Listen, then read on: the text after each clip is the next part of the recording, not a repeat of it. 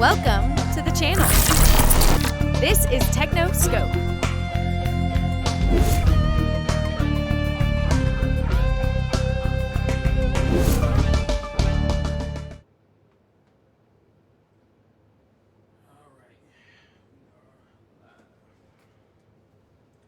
Okay guys, welcome back. If you have any problems seeing anything or hearing anything, let me know. If you didn't watch the first video, you should probably go back and watch that one. This is the second part of the AMD sleeper build, a system I'm building for a friend. The first video, the first stream that I did earlier was more or less building the machine, putting it together, well, upgrading it anyway. One thing I should mention, we had to take a small detour. Turns out that the power supply that I chose, remember I mentioned that the two 6-pin connectors might cause a problem later on? Well, it did. So, I don't know what I did with my old power supply. Here we go. So my old Cooler Master power supply didn't really cut it. The computer would not boot up, and really couldn't figure out what was going on until I saw the little diagnostic LED. It said video was the problem. So looked at a few things and looked like the problem was probably the power supply, because we were missing those 2 pins on there. Now on NVIDIA power GPUs, we know that it's not really an issue to run 2 6 pins as long as the power supply can supply enough power. But apparently on the Radeon cards, if you have an 8-pin connector, it requires 8 pins. I guess that's just the bottom line. But we went up to Best Buy like 5 minutes before they closed and picked up this Corsair CM750M, and now everything is working. So we're going to go ahead and switch over to the computer, check some things in the BIOS. I'm not overclocking right now. We're just trying to make sure we get everything up and running. May overclock later, but I need to get it working and running first, and we'll do that. So let me switch the video.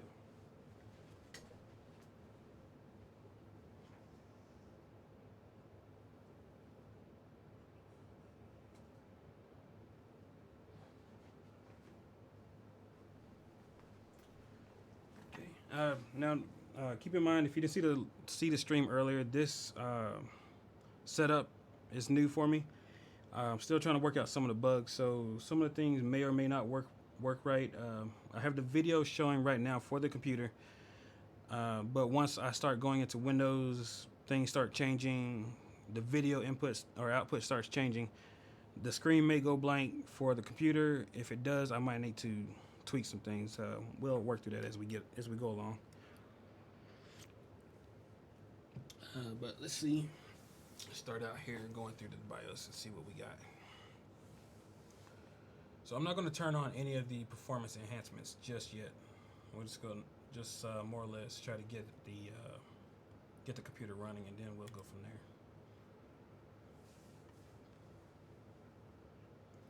It's been a while since I dealt with installing Windows on a new computer. So saying we got the 16 gigs of RAM. It is saying the RAM properly. Go back to this real quick. Looks like the CPU is showing fine. We are in ACHI mode. It is saying on M.2.1, it is saying the Intel SSD. And on SATA port 3, it's showing the 500 gigabyte hard drive. Let me pull up this stream so I can see if y'all say anything. Forgot to change the laptop to the new stream.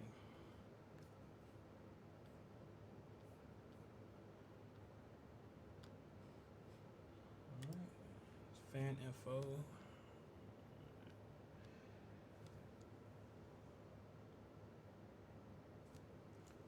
So it's showing the CPU fan running properly. It's way down here below 25%. Running at 397 RPM. spinning a little faster than it was earlier, so I guess that's about right.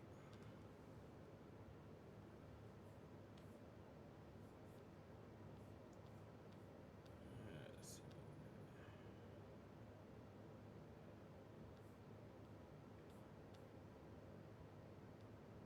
Live control. Okay, let's see.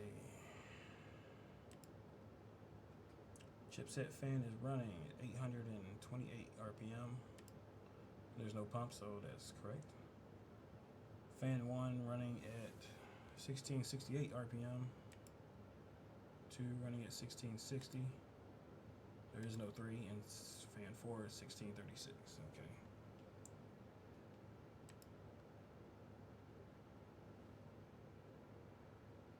It's the audio controller.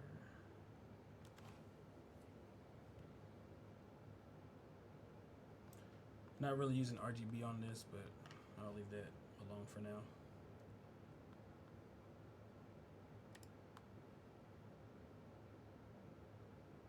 Nope. See your favorite hardware monitor. Oh, so it's a more expanded view of what I was just looking at. Okay.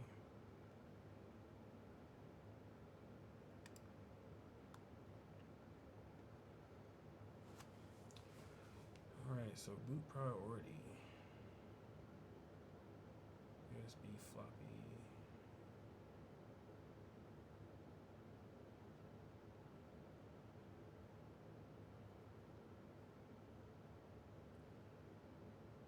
Let's switch that to UEFI. Probably need to save before it'll.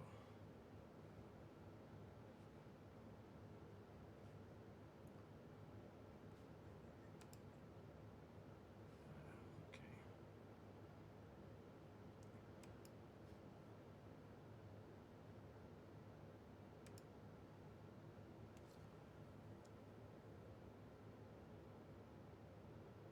This computer, oddly enough, the old hard drive on there has Windows on it. So earlier when it first started up and it saw the hard drive, immediately went into Windows.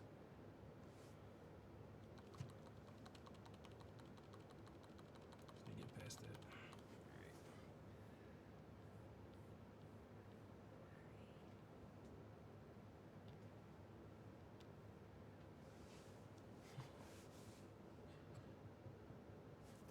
What's up, WT Storyteller? How you doing? OC profile, hardware monitor, setting.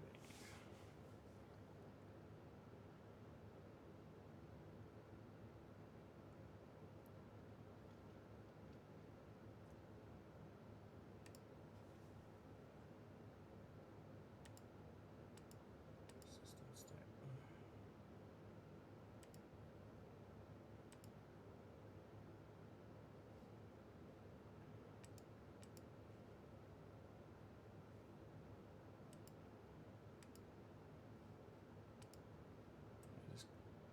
Mouse, just clicking a button, just it double clicks every time you click it. See how system settings.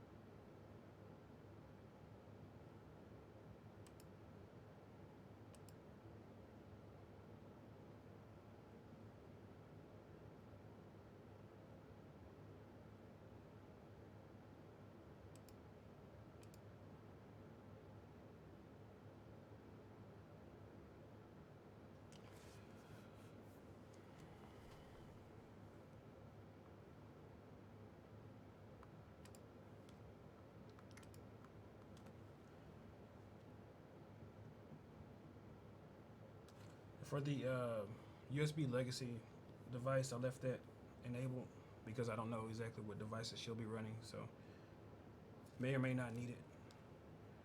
But for things like the handoff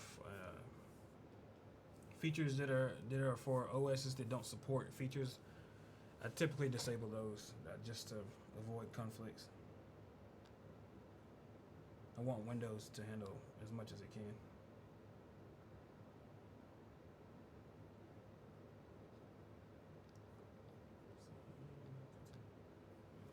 All right.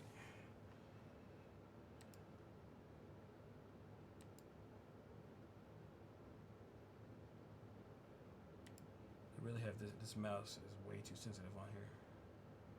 Just barely moving it, it's flying across the screen.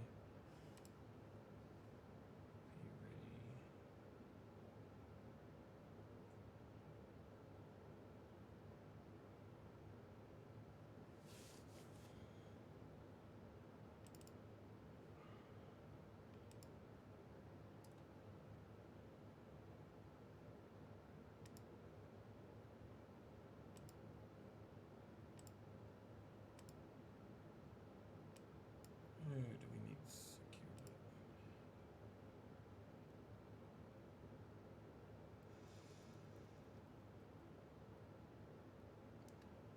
Okay, normally on my systems I would use secure boot, but she doesn't have a TPM, so we're not going to worry about that right now. Might do that in the future. Wake up event setup, security radius, AMD overclocking. We'll come back to that later.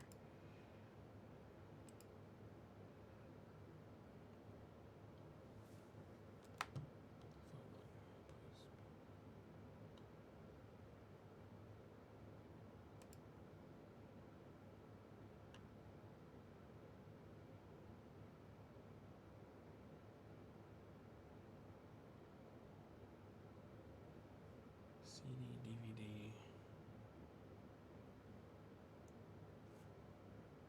Still not seeing the M.2 listed as one of the bootable drives.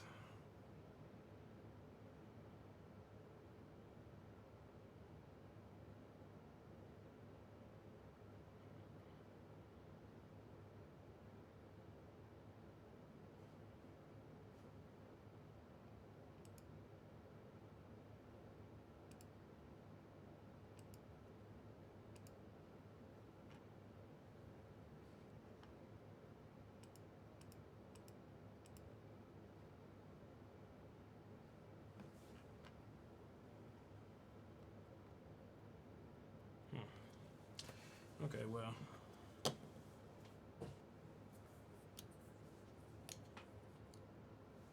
go ahead and start getting into Windows, and we'll go from there.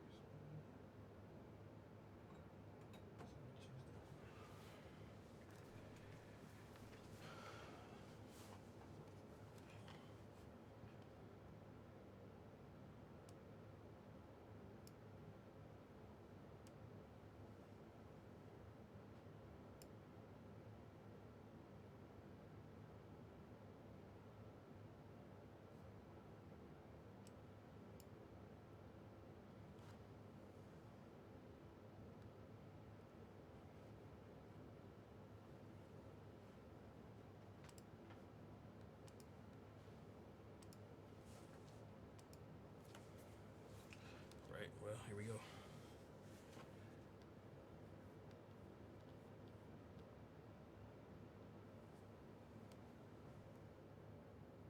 Alfredo, welcome to the stream.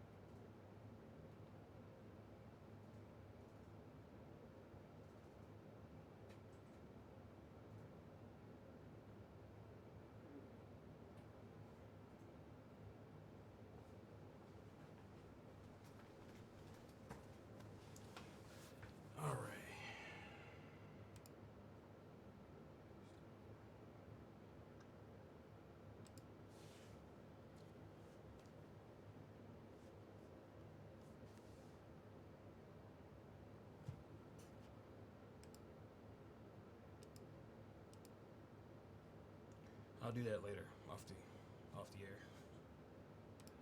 Pro next.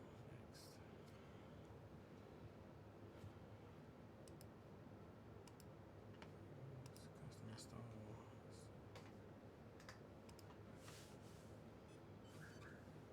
Whoops.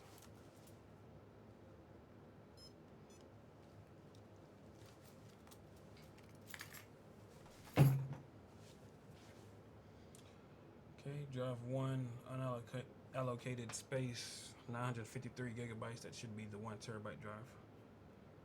So we'll click next on that.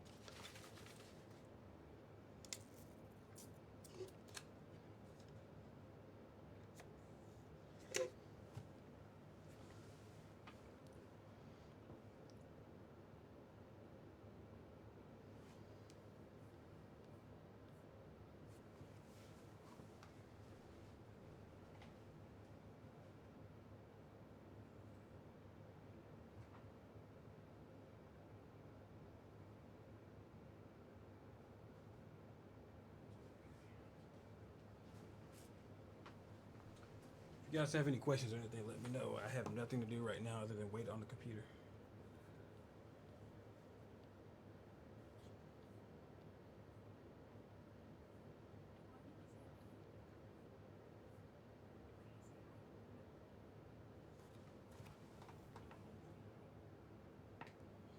Want to?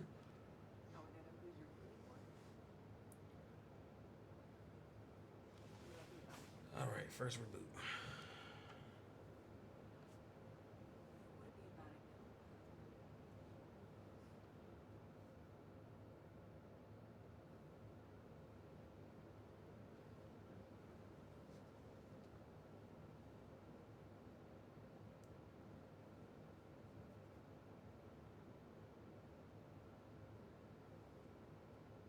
Good, doing good.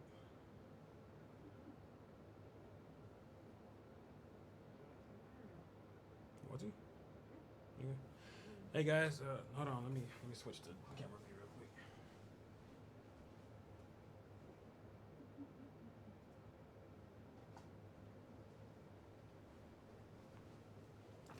Okay, so here is the owner of the computer. This is Rebecca, and Hi. she is the owner of this lovely sleeper, Mm-hmm. which will be a gaming beast, right? Yes. So, what's the main game that you play? I'm gonna be playing EVE Online and Overwatch, pretty much. Okay, so you get it. A lot of other. I don't know. I think EVE Online doesn't really need high frame rates, right? But No, but unless you're in- Overwatch Overwatch might. will. That would actually kill my other PC. Yeah. The old one. Like Yeah. crazy. So yeah, it'll come into some And good it won't use be for able to that. play. It can't play Doom, the 2016 version or anything like that. Oh really? But now I can actually access my entire Steam library and be like, yes. This will definitely play it. What about you play like Apex or any of the battle royale? Not right now. Not right now. Do you think you're gonna get into those? Maybe. Depends. They're all free. I mean, you might as well. Things like that, I don't have time to play, so I don't get into them. But if you got time, more power to you. Yeah. The only battle royale games I looked at was PlayerUnknown Battlegrounds. literally the only game on the That well, that's literally the only one that costs money. If you go with Fortnite or yeah, they end up- Apex or one of the others, they're all free. Saying hi to a lot of kids, so I'm like, no. Okay. Hey, yeah. you want to switch back the layout? No, not this yet. Let's get it.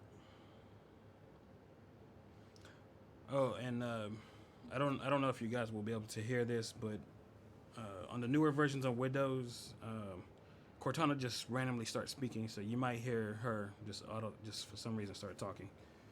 Oh God. Let's see, Corp. Hey, what's up, man? I haven't seen you in forever. How you doing? And let's see.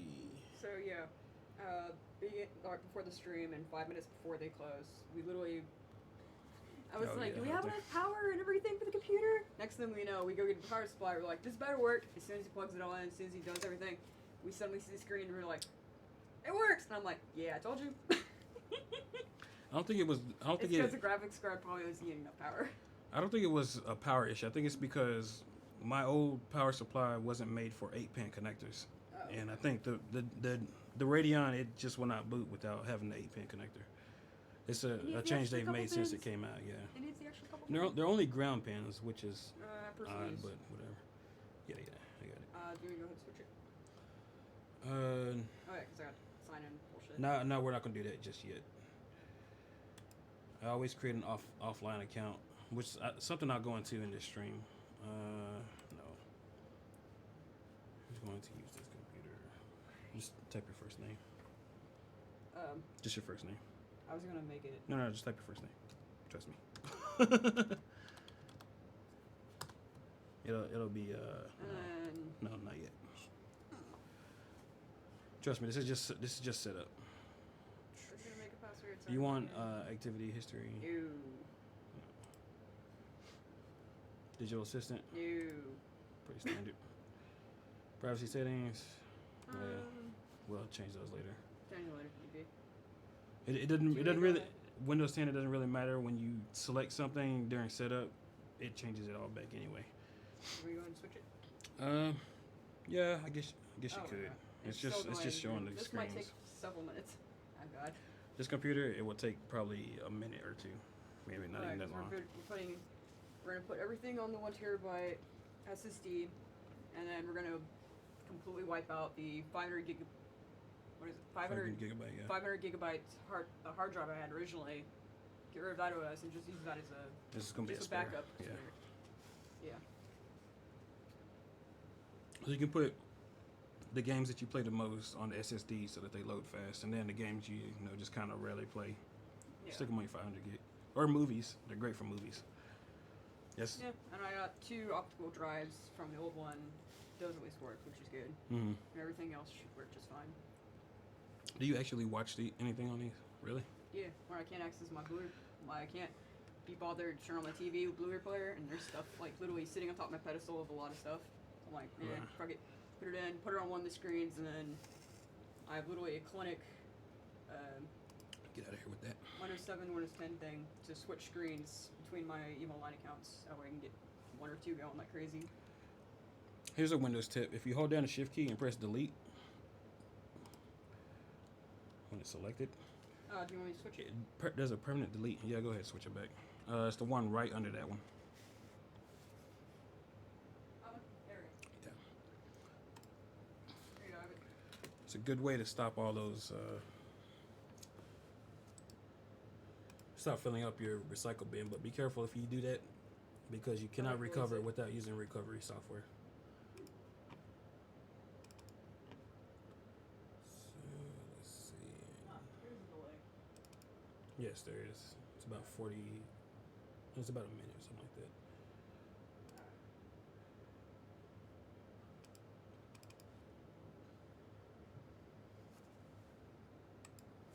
But yeah, if you need to ask questions about like certain settings, just let me know. Gotcha. I just had to do my magic here. One thing I will say, there's like a debate online about using internet security software. I'm a firm believer in using it because I've seen systems go down hard not using software. Windows Defender is a good barrier for getting started, but it should not be your end all be all protection, because more or less it's like the difference of standing in the line of fire with a bulletproof vest hoping that you don't get shot versus being behind, you know, a bulletproof wall, you know, 5 miles down the road. So do not use Defender as your protection, your main protection.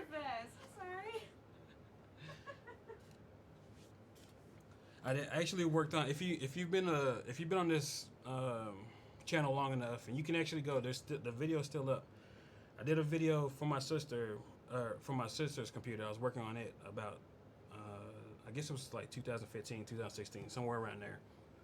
And she could not even sign into Windows. The computer would start up and it would just freeze up and just sit there with the processor running at 100%. You couldn't log in or anything.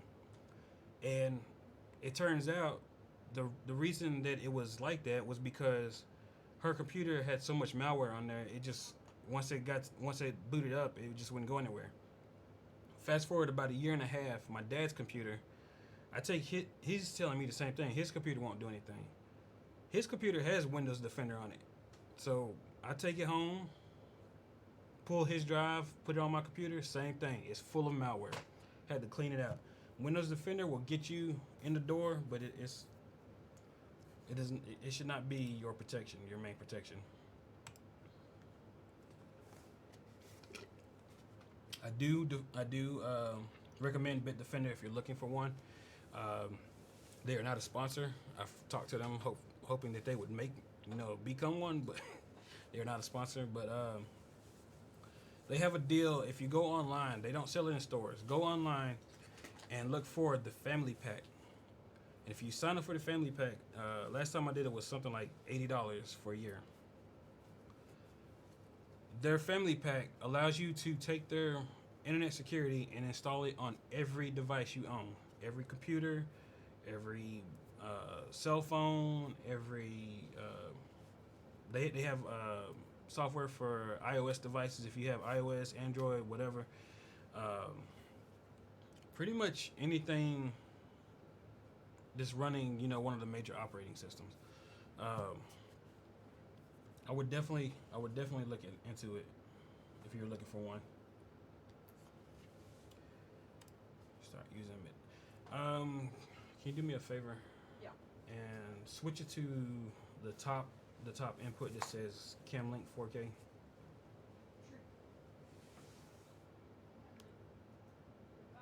Okay. I need to type in my information. I don't want the whole world to see it. Yeah. I'm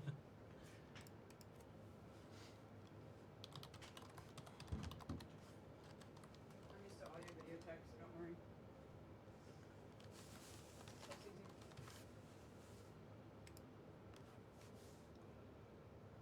Switch back. Yeah. Oh no, wait. Yeah, you still gotta Skip tour. Enable.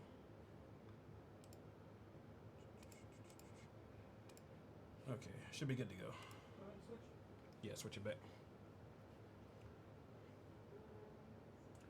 It's the one that says CamLink 4K CamLink. There you go. Thank you. All right, so I'm assuming you want Chrome, or do you want Firefox? Chrome. Always. Okay. That way I can sync up stuff on my previous sync up point. Because I synced all my bookmarks and all that stuff before I originally gave you the computer. That way everything's on cloud. That's needed.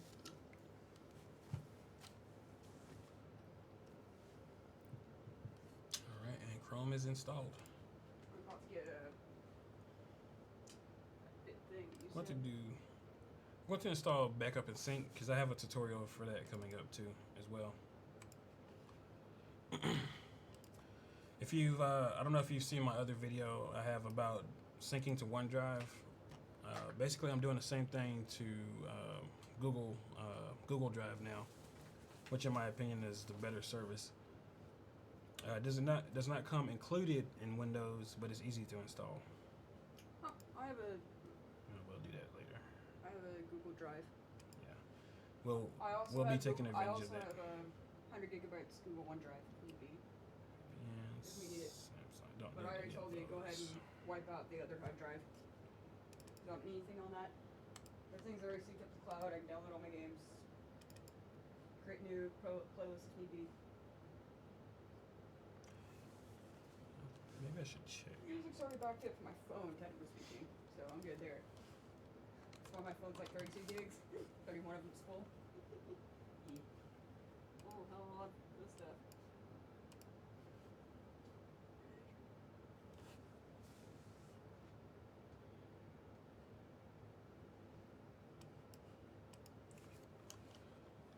Google, what are you doing? You're not following instructions. Let me catch up with the chat while I'm sitting here looking at this. Let's see, HGL One Phase Delta says her parts are similar to mine. Only real difference is I went nuts and got the 3600 megahertz RAM. Okay. What case did she get? This is a sleeper build. We're upgrading a case that originally had a Windows XP sticker on it. This is what, the second upgrade for it? It had Windows XP, then I got Windows 7. No, trial the version. hardware. The motherboard and CPU and all that stuff. Original. Oh, that was the original? Yeah. Okay. The So- case and everything that was in it, and I went to Target Direct in Richardson. Everything when it was because it came out that year. Mm-hmm. It was brand new. What year was it? $500 grand total. What year was it? About 5, 6, 7 years ago at least. Yeah, it was a while ago. Like, when I was like freshman year of high school, Okay. actually. Okay, so yeah, everything that was in here was original. So the case doesn't necessarily look the part. So, but what we did was instead of upgrading aesthetics, we put every dollar of her budget into performance. So it's a performance beast. It may not look it, but it's a performance beast. Oh, do we need to turn that? No, that's good. Oh, wait, you can see the It's, color? if you want to see it look the way it looks, you have to watch the other video. The AMD fan can turn different colors. It's rainbow right now. Core Right now Cup it's red. said doing good.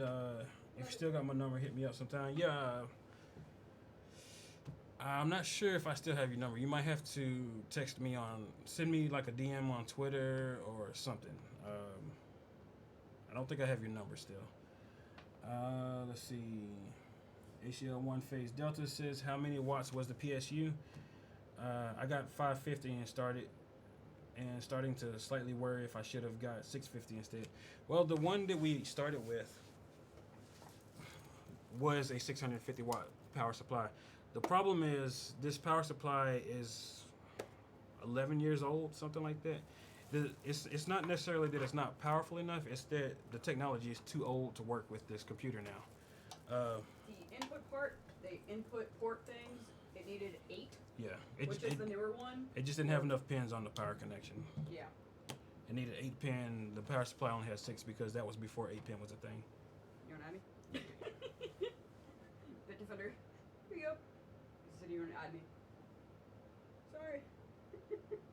While we're waiting on everything else.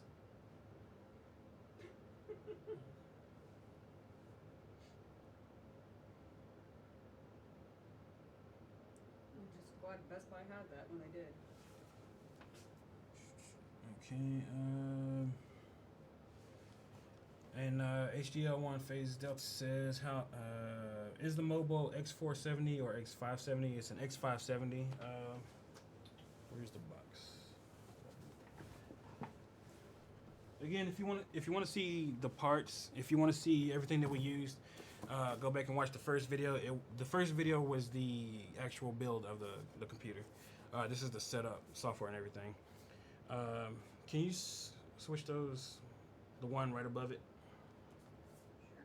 Sorry, guys, I don't have a way to switch from over here yet.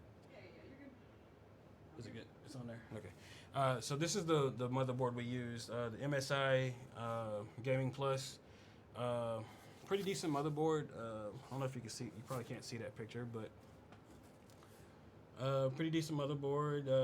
Doesn't really have all the aesthetic stuff like the covers and things that most of them have, but it has the heat sinks where it counts. It has, you know, the chipset fan.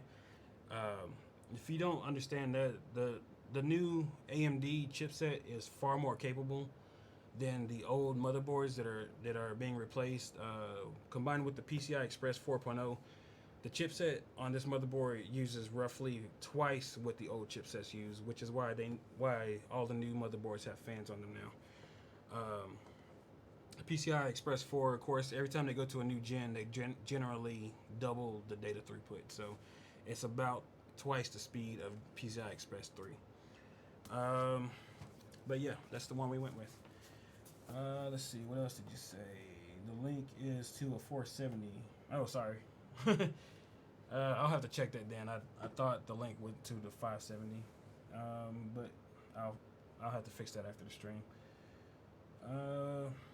Court says, hope you're doing good. Got to get up for work in a few hours. You work overnight now? Is that what's going on? Or are you saying that you get up so early that it's a few hours from now? But yeah, okay. I'll see you later, man. Have a good night. Let's see, what are we doing here? Can you switch it back to the other one?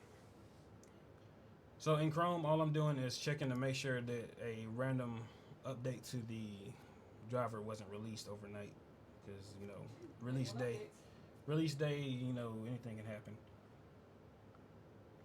Let's see, where are we at?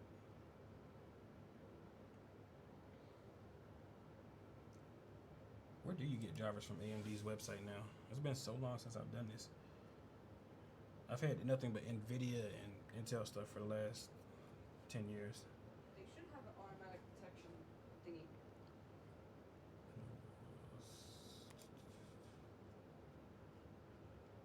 Drivers in support. That works. Get off my screen. I hate pop-ups.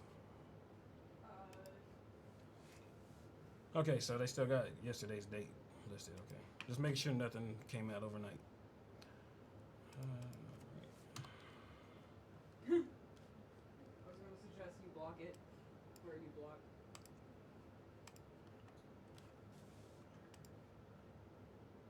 One of the add-ons essentially for ad block. While it's doing that, let's go to disk management.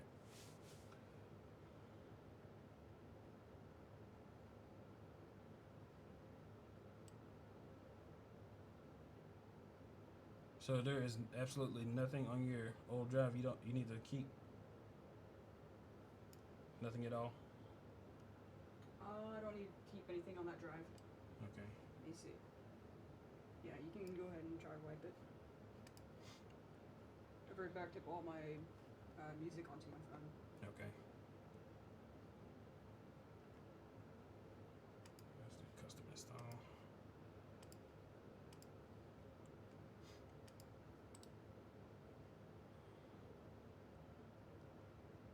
Alright, are you sure? Yes. Alright. It's like, hi.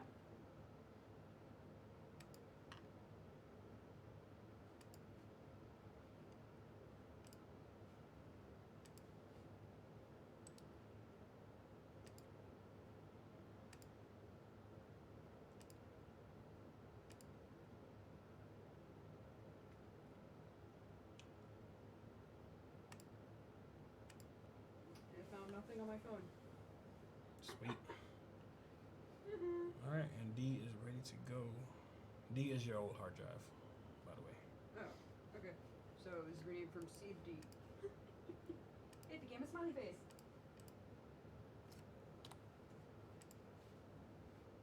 Do they really not let you?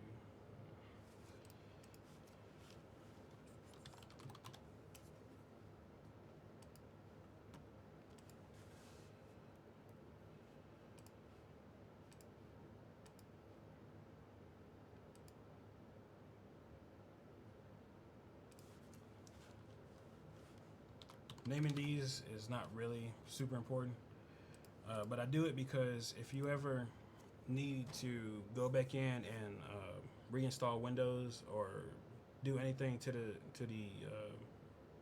C drive, especially if you have multiple drives like my computer over there with like 10 of them in there. If you name the C drive system, it's easier to find it, so you know which one it is, which is why I do that. It's just a habit. In the chat, he asked a good question. Does the GPU automatically connect or something like that? Here's my final question. Really new question. Never did an AMD build, and the last PC I built in general was like 10 years ago. I'm 26 now. Since most AMD CPUs don't have integrated graphics. Once you connect the GPU, does it automatically switch over? Once you connect the GPU, does it automatically switch over? I'm going to assume that it's the first video, or you did all of that early in this recording. Actually, the 3700X, as far as I know, doesn't have built-in graphics. I don't think it's an APU. I'm pretty sure it's not. So if you connect to the HDMI port on the motherboard itself, you probably won't get video anyway. If you have an APU, if you're using one with a graphics card, the first boot typically goes to the port on the motherboard, and then you can change it in the BIOS to which one you want it to be. At least that's how the Intel boards work. I've never used an AMD APU, so I don't know. But as far as it automatically switching over, typically what it does is it'll give you the option to use both ports with a system that has an APU. So you can have like 2 monitors if you want, but if you want to game, you need to make sure that the gaming, or if you're rendering or doing stuff like that, you need to make sure that it's using the actual GPU and not the APU, because that's where your workhorse is. But yeah, in this video, there was no tweaking with all that. It was just plug it into the GPU and go. That's what it came down to. Let's see. I guess we're gonna install all of that.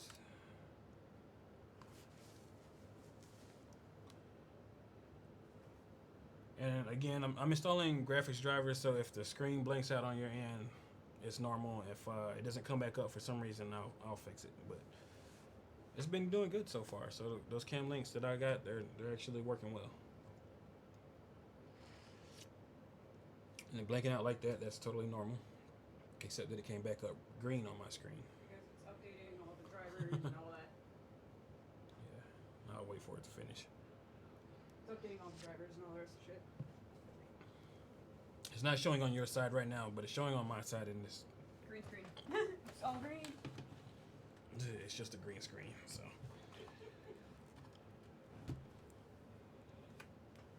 Hopefully, once it finishes doing everything, it'll go back to how it was. Or if not, I'm gonna have to restart this. I'm gonna restart the system anyway. I don't know if I have to, but I will. I'll do it anyway. Either way it goes. Install Radeon. Can you switch it to the other one just for until I get it back up? To the main, Yeah. main. That one. There you go.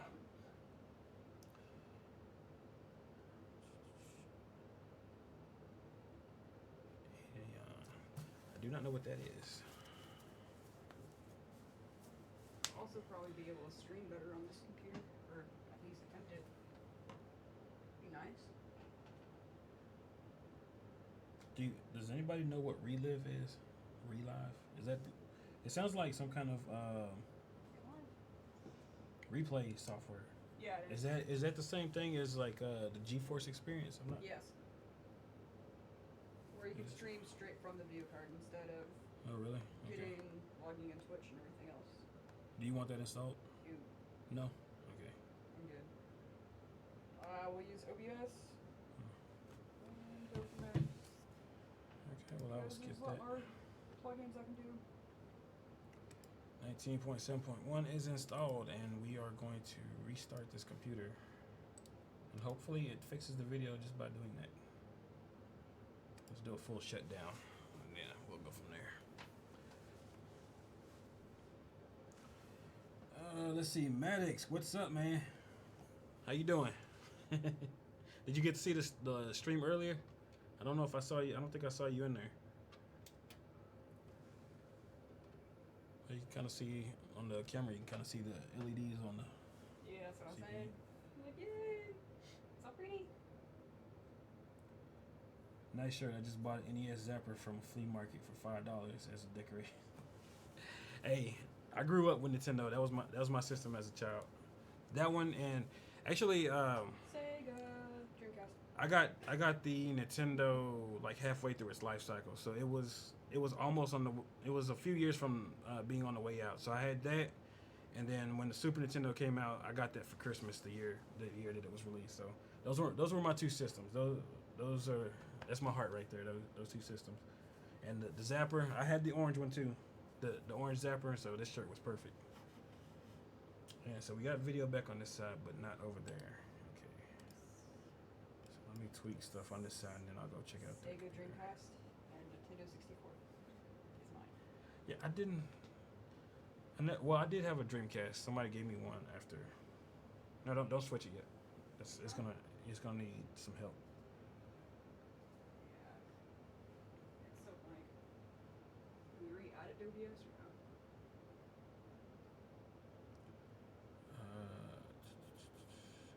Wait, that's not what I'm looking for. That's what I'm looking for.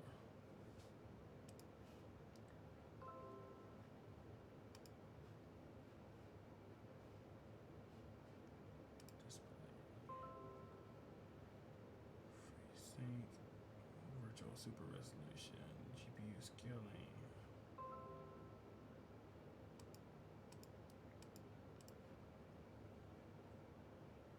Okay, well it's set to the resolution. One person was, hello family.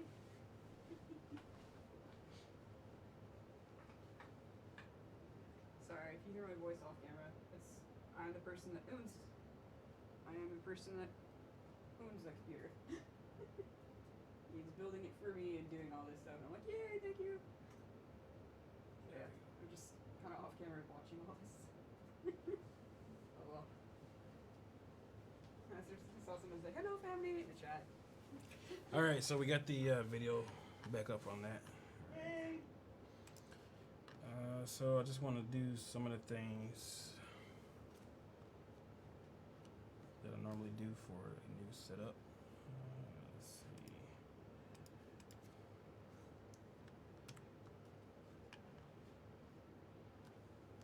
Okay, 16 gigs, 8 core. That's all good. It means it recognizes the RAM. Yay!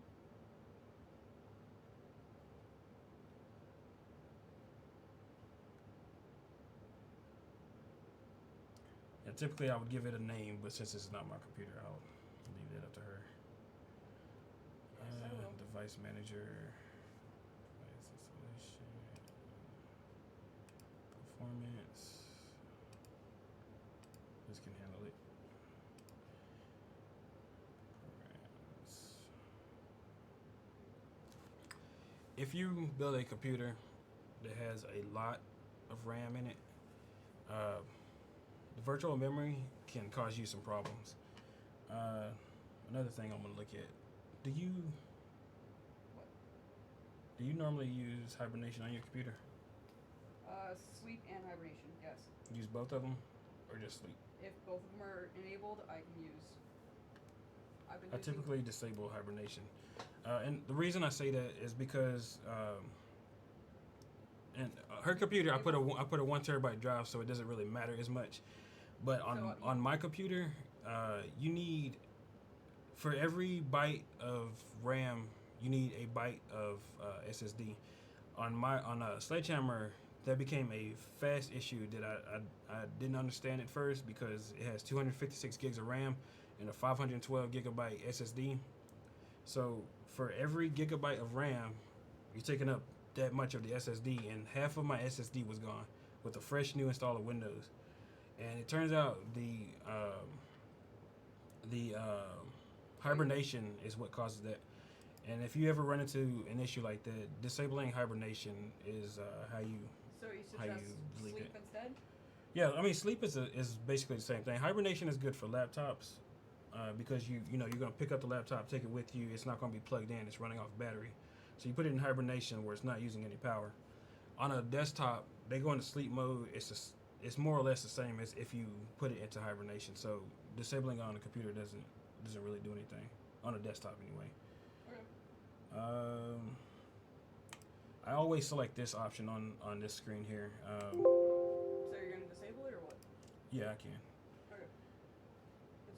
This right here is just like a security feature. I don't even know if that helps anymore, but it's just one of those things. It's extra protection. It doesn't slow down your computer, so you might as well.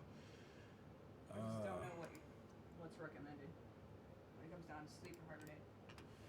Yeah, I can set it up for it. The sleep is good enough for most people. I mean, in Yeah, low power state, it's I've been using like a doing- watt I or did two. sleep on my other computer like crazy, and it worked just fine. Just every once in a while, you have to, after like 14 days or something like that, you'd have to full on shut down your computer and then just restart it, just to make sure Recommendation to improve your experience. everything's all good. Not right now. Okay, so to do this, I don't know if you can see this or not, but it looks awfully small over there. Let me see if I can make the. No zoom function? No. You make the font bigger? Display. Or does that not support? I don't think there is. Oh, it does support zoom. Never mind.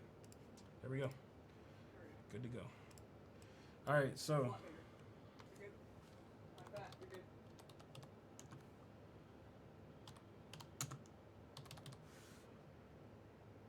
I believe that's the command. It's been so long since I've done this. Power config, There we go. hibernation off, yeah. And that is, you just type that in and it disables hibernation. Removes it won't remove the amount of space it takes immediately, but eventually Windows cleanup will come through and clean it up for you.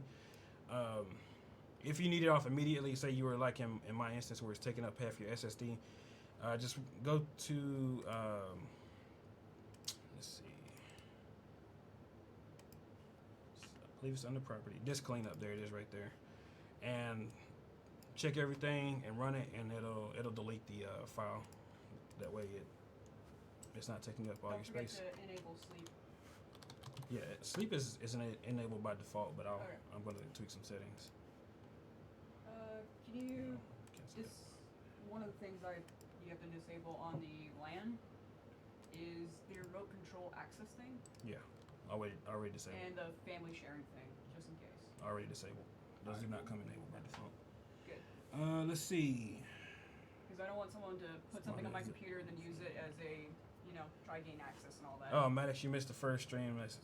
Well, it's on there, so you can still watch it if you want to. It's like 2.5 hours though, so I'm not sure if watching it not live is something you want to do, but it's there. Condom Moss says, we got 2 NESs from my divorced grandparents who didn't talk with one another one Christmas. Milk it for all it's worth. Why not? Daniel says, what are the main reasons for the choice of motherboard over others in the same price range? And Compatibility issue. The original computer I wanted had a motherboard that was older, but still compatible with the graphics card that I wanted. But we were able to switch it out for the correct budget range and the correct wattage. That was newer. well, that wouldn't better. be an issue. And then the motherboard also supports this. He's but talking also about the new releases in the other ones that they had, like the one we were talking about. Really, it's price range. In the end, she had a list of parts that she had chose, and showed me the list, and I basically picked parts based off of what she already had on there. The old system was MSI. The part that she had on there was MSI, so we went with MSI. The Gaming Plus range is what she was looking at, so we just stuck with the same thing. Initially, she was looking at a 2700X, but I let her know that AMD was about to release new hardware, so we put off the build until this moment. So we got the 3700X and the new motherboard to go with it. So that's how we ended up with those parts. Oh yeah, a new motherboard's coming out. Let's get that Yeah. one. Okay. This thing I know. Okay. Okay, let me turn the volume up a little bit more. If you can hear it better now, the reason that it was higher, it wasn't higher, is because when I was standing up doing this part, that's where the adjustment came from. But since I'm sitting down now, I'll adjust the microphone. Do you want to adjust it while you're sitting? No, that's fine. You want me to sit over there? That way you can do a mic check. Okay. Yeah, you can hear me big man. You should be able to hear it now. Yep. Still not quite going to the yellow part, so it's below 6, but it's a lot higher. Doing that, you probably also hear the computer and my air conditioner a lot better as well. So Yep. you have to take your bows. Your AC is louder than that computer. Yeah. And that computer is. And I haven't even adjusted fans on it yet, so Yeah, that it's still, computer they're is still running still at as stock. quiet as my previous computer. And you call that loud? Nope. By the way, build is awesome. Thanks, Daniel. Yeah, I did what it's kind of one of the things I do. People give me a budget and I pick parts based off of what they have to work with. Let's see here. All right, so okay. We talked about the hibernation. I will go through the power settings in a moment. But before I do that, one of the other things I want to show you. By default, Windows enables indexing. Indexing is a feature so that if you go to the window and type in you want this file, it searches through the index instead of physically searching the file so that it can find it faster. That's not really an issue with SSDs. That's an issue with hard drives. And this is an old technology that's been carried over from hard drives. The problem with indexing with an SSD is that not only is it taking up more space, adding more files to it, but it also puts more wear on your SSD. So one of the things I do when I first do a Windows installation is disable that on all drives. And it takes a while because, as you can see here, it's going to go through all the files and mark each one not indexed. And it takes a while to do that. Just ignore the files that don't come up. It'll do it after it reboots. But that should take a few minutes. Do you want to switch it over? No, that's not going to go away until... No, it's fine. No, it's fine. Alright. Okay, let's see. What else do I have on here? That's all installed. So I think the next thing to do, we'll do the power settings.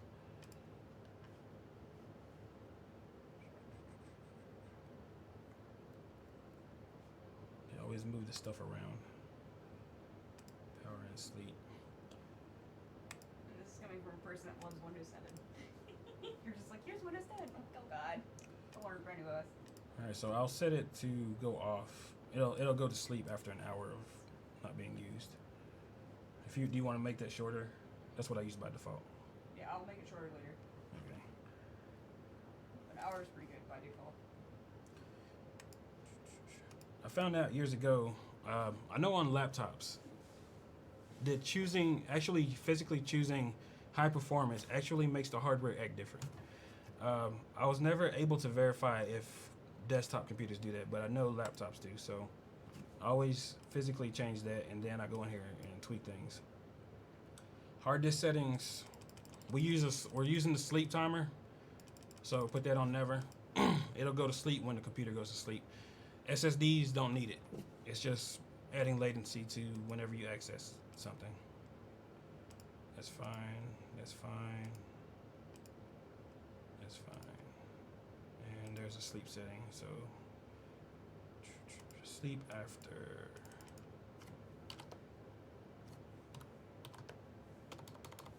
60 minutes. Wait timers. Wait timers is maintenance. Things that are scheduled to happen on your computer if it needs to wake up so that it can do it. That's what a sleep timer is for, or wait timers. Oh, and while I'm thinking about this, you may run into an issue with some computers. It happened on Sledgehammer because Sledgehammer has enterprise grade software, hardware in it. It's a server. When I first installed Windows on there, try to put it in sleep, it would stay asleep for like 5 seconds and then wake back up. It turned out the problem with that was the the power settings for the network interface. It has Intel Ethernet ports, and for some reason, the regular network traffic on my network would wake the computer up. So I would go in there and allow this device to wake the computer, and it stopped happening. It's the weirdest thing, but you run into those issues sometimes. Let's see, price performance at its peak. Daniel says, please give more tips making notes for my build. Disable indexing, definitely. Yeah, if you have a hard drive, you may or may not want to disable indexing. This? Yeah. Don't forget. Oh, what? Non-static yeah. flame. If say you have a secondary hard drive, it's got videos and stuff on there. If you want to index it, it's fine. Hard drives don't have the same wear issue like SSDs do, but they're also a lot slower. So it's up to you really if you want to disable it or not. I leave it enabled on my hard drives. When you have videos, it's very likely you're not going to have 100,000 files on there like the boot drive will have. But then again, I don't know your habits, so if you want to be able to index to search quickly, you might want to leave it enabled for a hard drive. But for SSDs, disabling it just fine. Allow wait timers, yes. USB select, yes.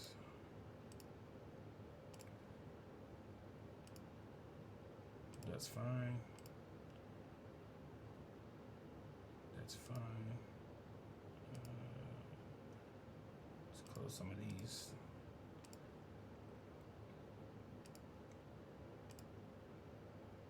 Power management.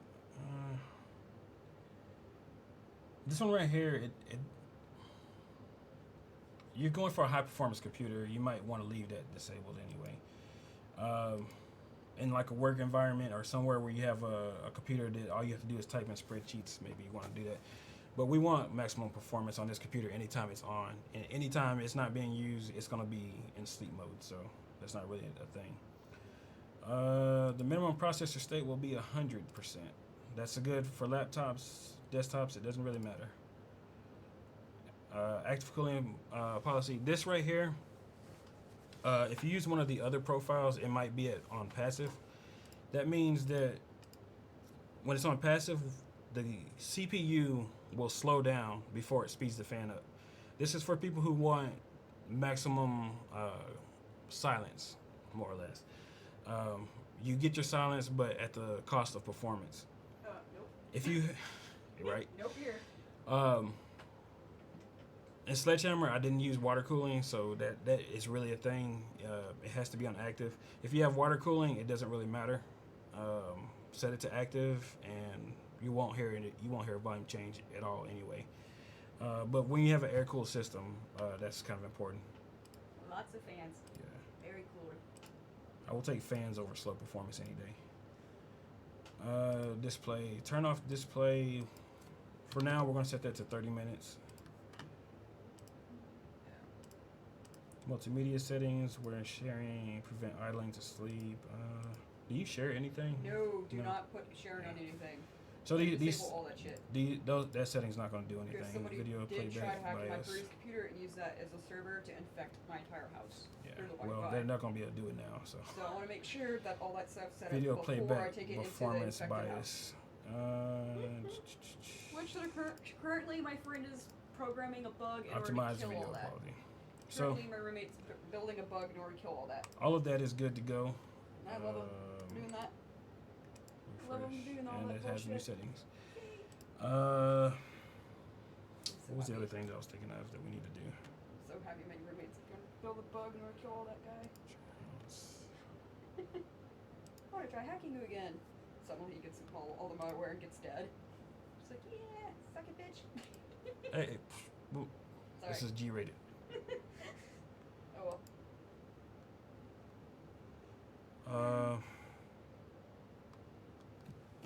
Oh my goodness. There was one other thing I was gonna do. I cannot think of for the life Let me go to the chat, see what they're saying. I'm gonna go look back at the settings to see if you missed one. We've got a part list of the parts. Of the parts built, bought on PC PC part picker. Can't speak right now. Any chance you could help me out and give some advice on what motherboard GPU I should go with? Maybe later. I'm not sure. Right now, it definitely can't happen right now. Sorry about that. Aww.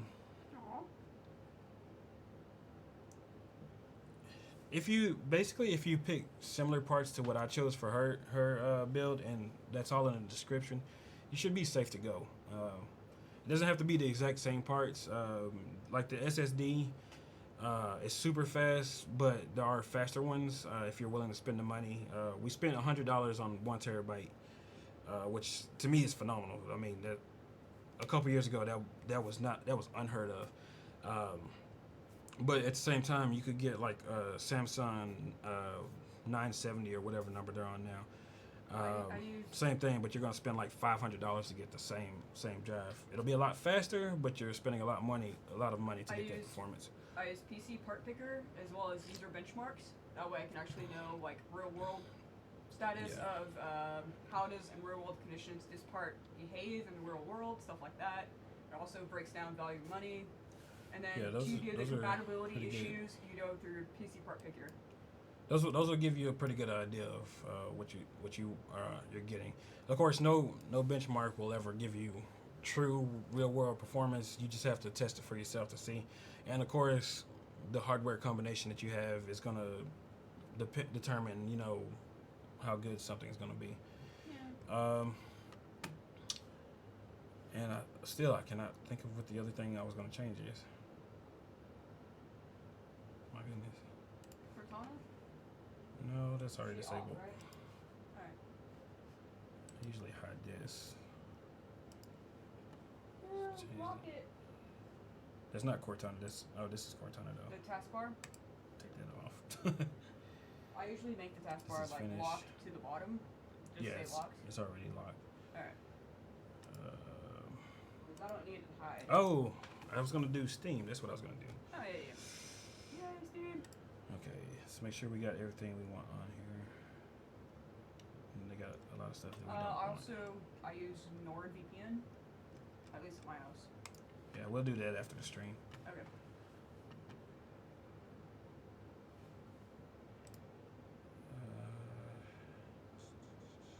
But at your house here, you have like blazing fast everything. I'll tell you what, on the video for syncing to the desktop, I think I'm gonna make a separate video for that because I don't want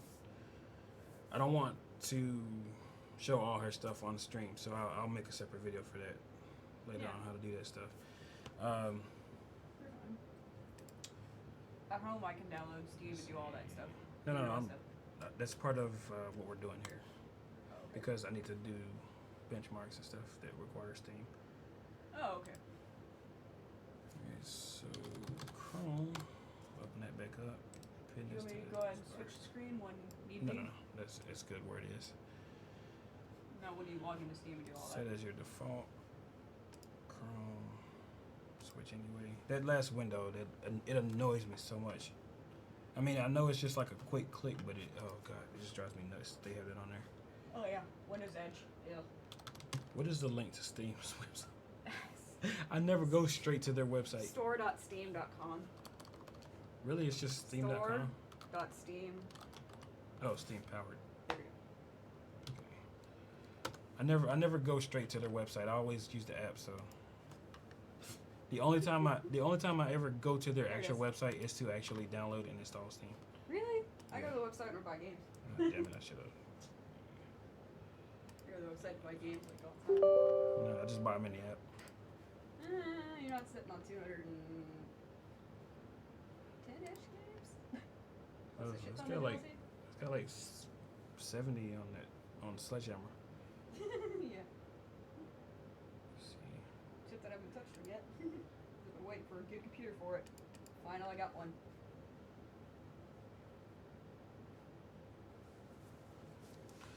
It's nice having gigabit, right?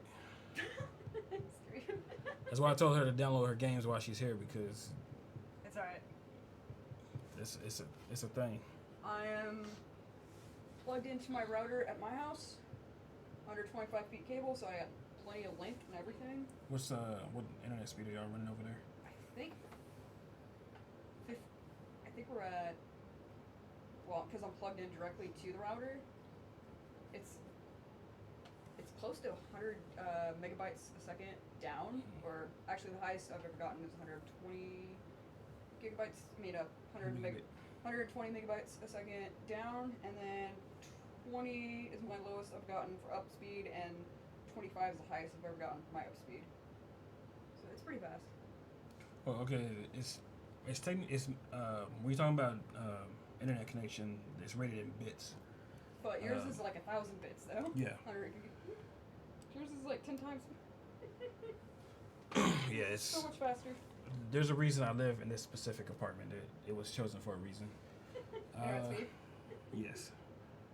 Oh, the money. Oh, the fiber. C Cleaner. What is it? Logics? Oh, C Cleaner. Free cleanup pro. Yeah. Well, I'm letting her use my my Bitdefender account, so that stuff is unnecessary. But yeah, if you need that kind of stuff, then yeah, it's good to have. Outside of Bitdefender, Malwarebytes is a good one to have. Yes. I stopped using Malwarebytes because I used to have it run continuously on my system, and I noticed that there were major slowdowns, specifically at boot up, and I was able to track it down to Malwarebytes actually running, causing that. So if you're going to use it, run it and then close it. But if you need something that runs continuously, Bitdefender, in my opinion, is the way to go. Because it's lightweight? Yes. Alright. But what about Abbas? No. Well, you don't. Actually, I don't know, because both of those. That one was the one that my sister had on when she had all that malware. Really? That she could not. She could not get to the login screen. Holy shit. Yeah. I remember having a firewall that was super. I don't know what program it was, but it was free. But it was super sensitive to a point where it was like, holy shit, nothing got past it. Yeah. Yeah. Her computer awesome. would not boot up, and she had a Vast on there, and Holy no. crap. All right, now I know.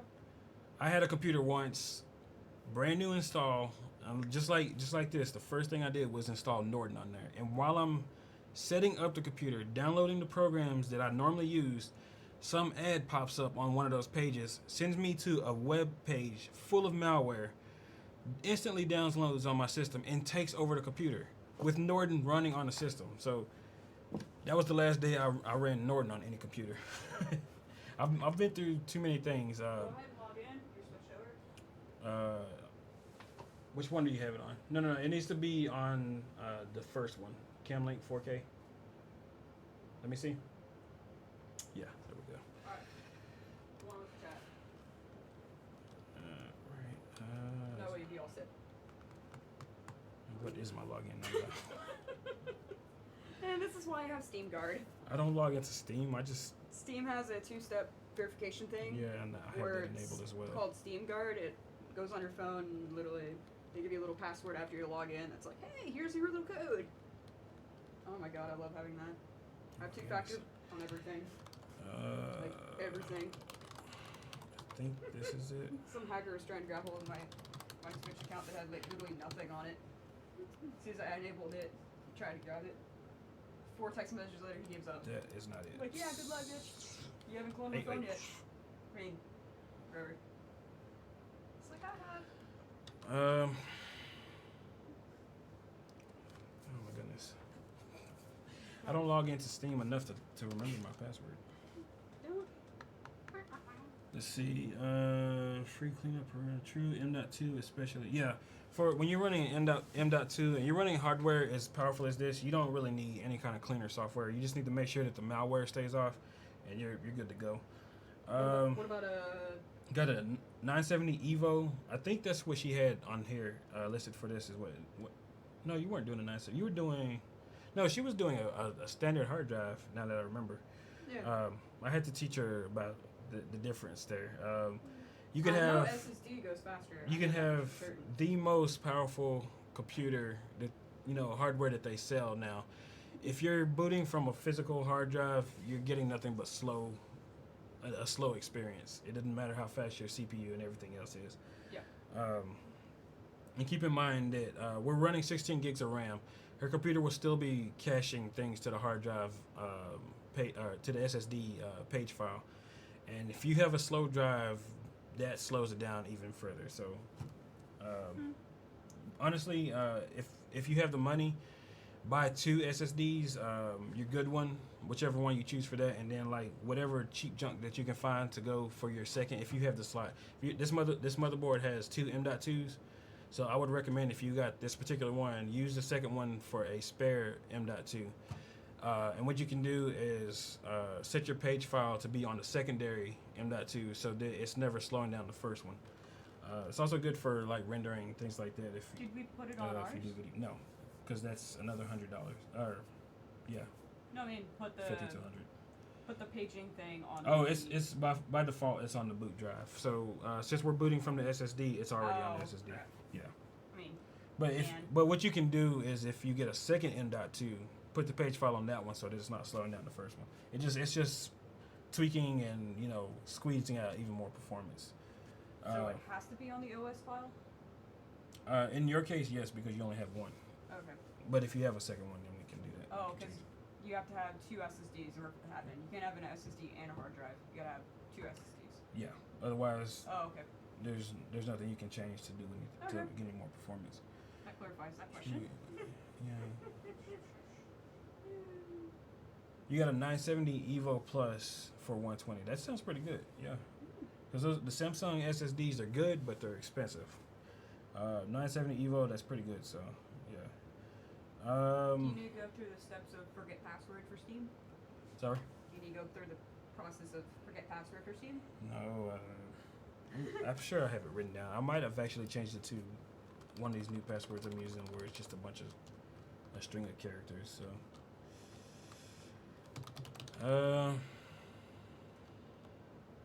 Goodness. Is a Steam name? Is it Is it an email or just a username? It is a username.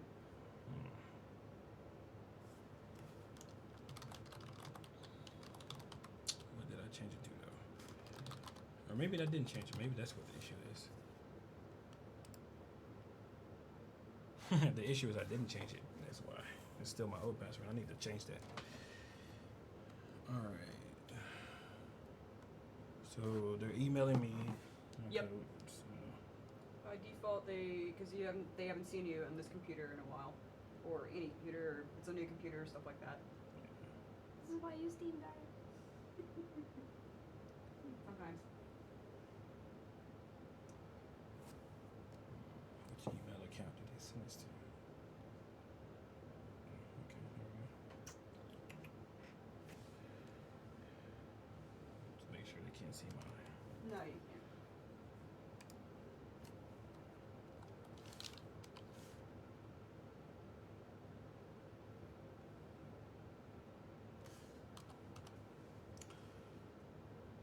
You know, Over it's my very- computer.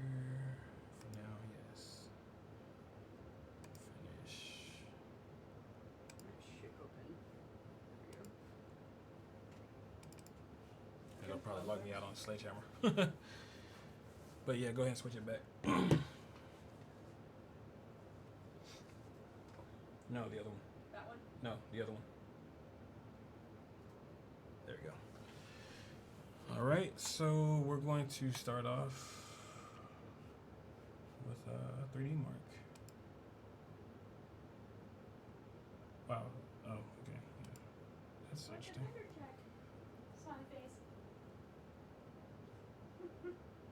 Wow, I did not know you could do that. Interesting. What?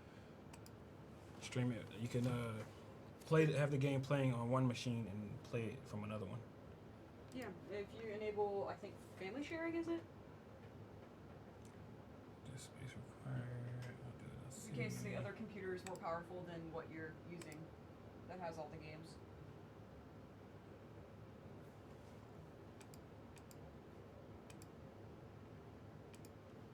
as if you have all the games on your computer, but you don't want to use that computer because it's busy, and then you just put on this one.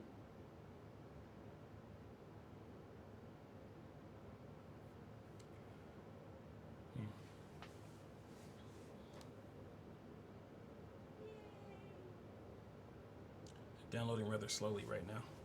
I think that's my router because I have it set up for QoS right now.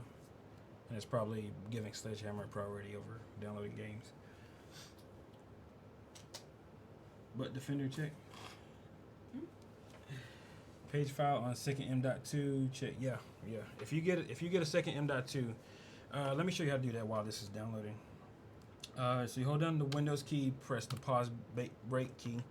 Brings up this window here, and you go to Advanced System Settings, and on the Advanced tab under Performance, and then go to Advanced.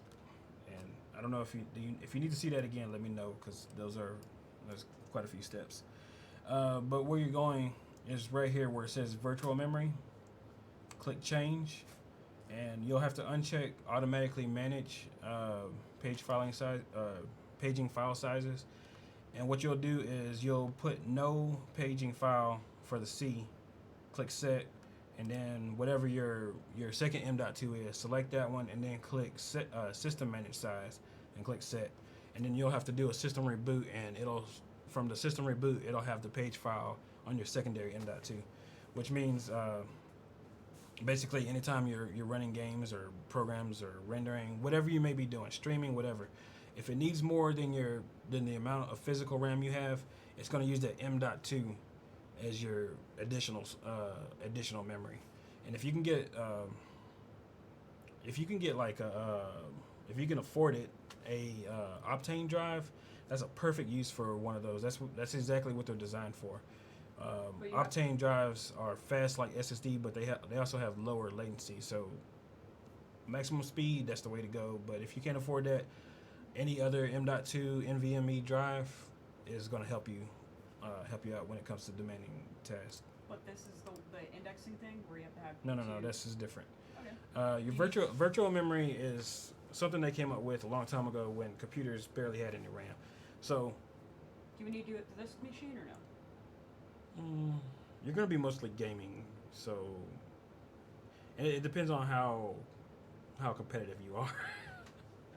I'm just saying if you want to give them a little boost or not. But for mostly for gaming, probably not necessary. I should have said this before I said all that. Put your money into RAM before you put it into a secondary M.2. If you're just using that secondary M.2 specifically for paging, it's better to have more physical RAM than it is to have a secondary M.2. So if you can double, say you got 16 gigs, you could add 2 more sticks like we have here. Add 2 more sticks and take it to 32 gigabytes. It's far better to do it that way than it is to add a secondary M.2 just for a paging file. In the case of Sledgehammer, I already have 256 gigs of RAM. It's not going to... There's not anything I can do to add more RAM to it. I mean, I can, but... We're talking about thousands of dollars to increase the amount of RAM that system already has, so it's not going to happen. And I already had a secondary M.2 because I use it for Scratch, for Adobe Premiere, After Effects, and all those things.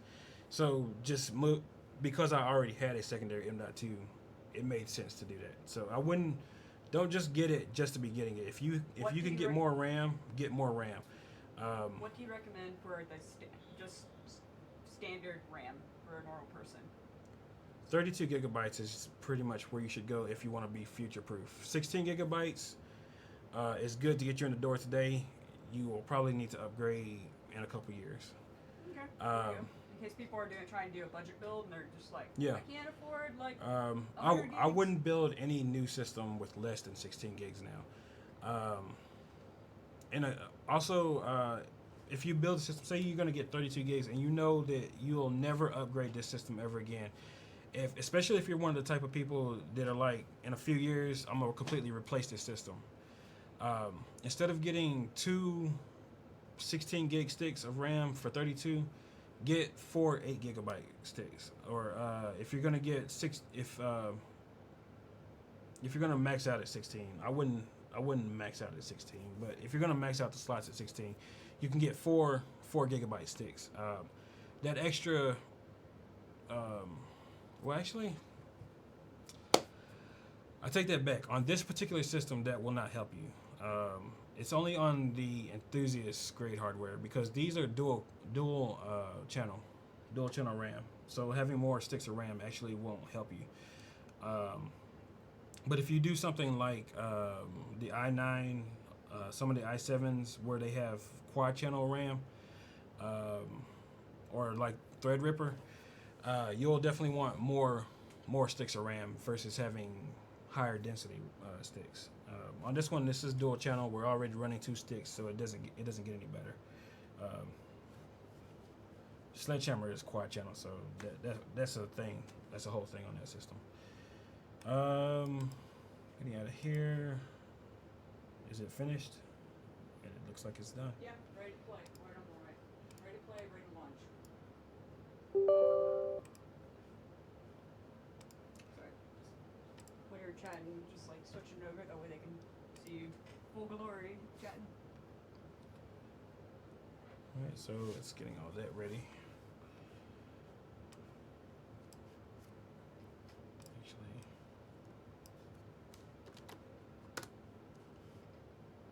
delete those. Oh, this is another thing about Windows 10 that drives me crazy. And I'll go ahead and start doing this while we're sitting here. Whoops. What? They install a lot of bloatware. Oh, yeah. Get rid of all that God. shit. I mean, So all you remember the days when all the knickknacks. well, it probably applies to a lot of y'all still. Even phones. I don't know if you probably can't see this. I'm not using the overhead camera. Switch it. Not well, yeah. Let me switch it. Okay. Yeah. So this is a OnePlus 5T. They're on the 7 Pro now. Switch it back. Okay. These phones they come with standard stock Google on there, no bloatware at all, except one program that allows you to communicate with OnePlus community. But other than that, no additional apps. But you know how you buy like a Samsung phone, or I think LG does it too, HTC if they're still around. Their phones are full of apps that you don't want just already on the phone. It's like if you want it or not, they have to be on there. Well, Microsoft loads up Windows 10 like that now too. So when you first pull it up, it's gonna be full of a bunch of, and look, it's actually still installing some of them right now. You can see it moving. But look at this, Bubble Witch 3 Saga. Do you play that? No. Why is this on here? No, and what drives me crazy is that we're using Windows Pro, so this is for people who are doing demanding tasks, professional work. Why is Bubble Witch 3 Saga on this system? And I haven't found a way to stop them from installing that yet. The only thing you can do is come back after they've done it, and I mean, it's still installing them. It's going to take a while for it to download all of them. On your network, when you first install Windows, it's just taking up data, downloading and installing these programs that people did not want. It's so annoying. Let's see what else. Do you want Solitaire? I don't need Solitaire. Here's a lot of programs. Yeah, they just throw them at you. How much space is taking? I don't need Spotify. All my stuff is Seriously. through. I'm gonna get VLC media player, and all my stuff's gonna be saved as playlist. Boom, open link, network thing. Yeah. Boom, stream. I did that too early on Sledgehammer and came back like a day later, and there were a lot more programs. So some of these are actually useful, like 3D. You probably never use that, but I think that's just a link. Don't know what it is. No biggie. This right here, that's Google, so that's fine. Calculator, Ebook Hub? Feedback Hub. I don't think you can actually uninstall that. Oh, you can. Yes, you can. It's only taking up 16.3 kilobytes, so it doesn't really matter. Groove music. Groove Music. Okay, so Groove Music is because when Microsoft replaced what is it? Media player? What is media player? Yeah. Actually, because you use VLC, right? VLC media player. Yep. Yeah. So. I don't need room music. Plus, they're coming up in the future where you can cast it onto a TV. I'm in the beta version. Groove. I'm gonna leave Groove Music on there because I think some of the Windows apps may need it. Okay. But there's some of these. If you try to take them off, it'll cause problems. Like Microsoft Edge, there's a way to physically force it off, but it causes problems with other things. So. Okay. Photos. I don't need OneDrive. Necessary. OneDrive you cannot remove. Ah. Wow. It's baked in. Why? OneNote. OneNote you can remove. Thank you. But if you're installing Microsoft Office, it's just there's part a new of Paint Microsoft version. Office. Yeah. Oh, good. They updated Paint. About time. Skype, I don't think you can. You can like remove this, but I don't think it actually removes it. I think it stays on there. Iffy. Voice Then recorder. a bunch of extensions. Xbox Live? No, I don't need that. I don't think you can. I don't have an Xbox. Can you try? It's 16 kilobytes. All it's doing is removing the link. I just don't want bloatware on my phone. Yeah, you see, you're not removing it. That. The program is still on there. Yeah, that.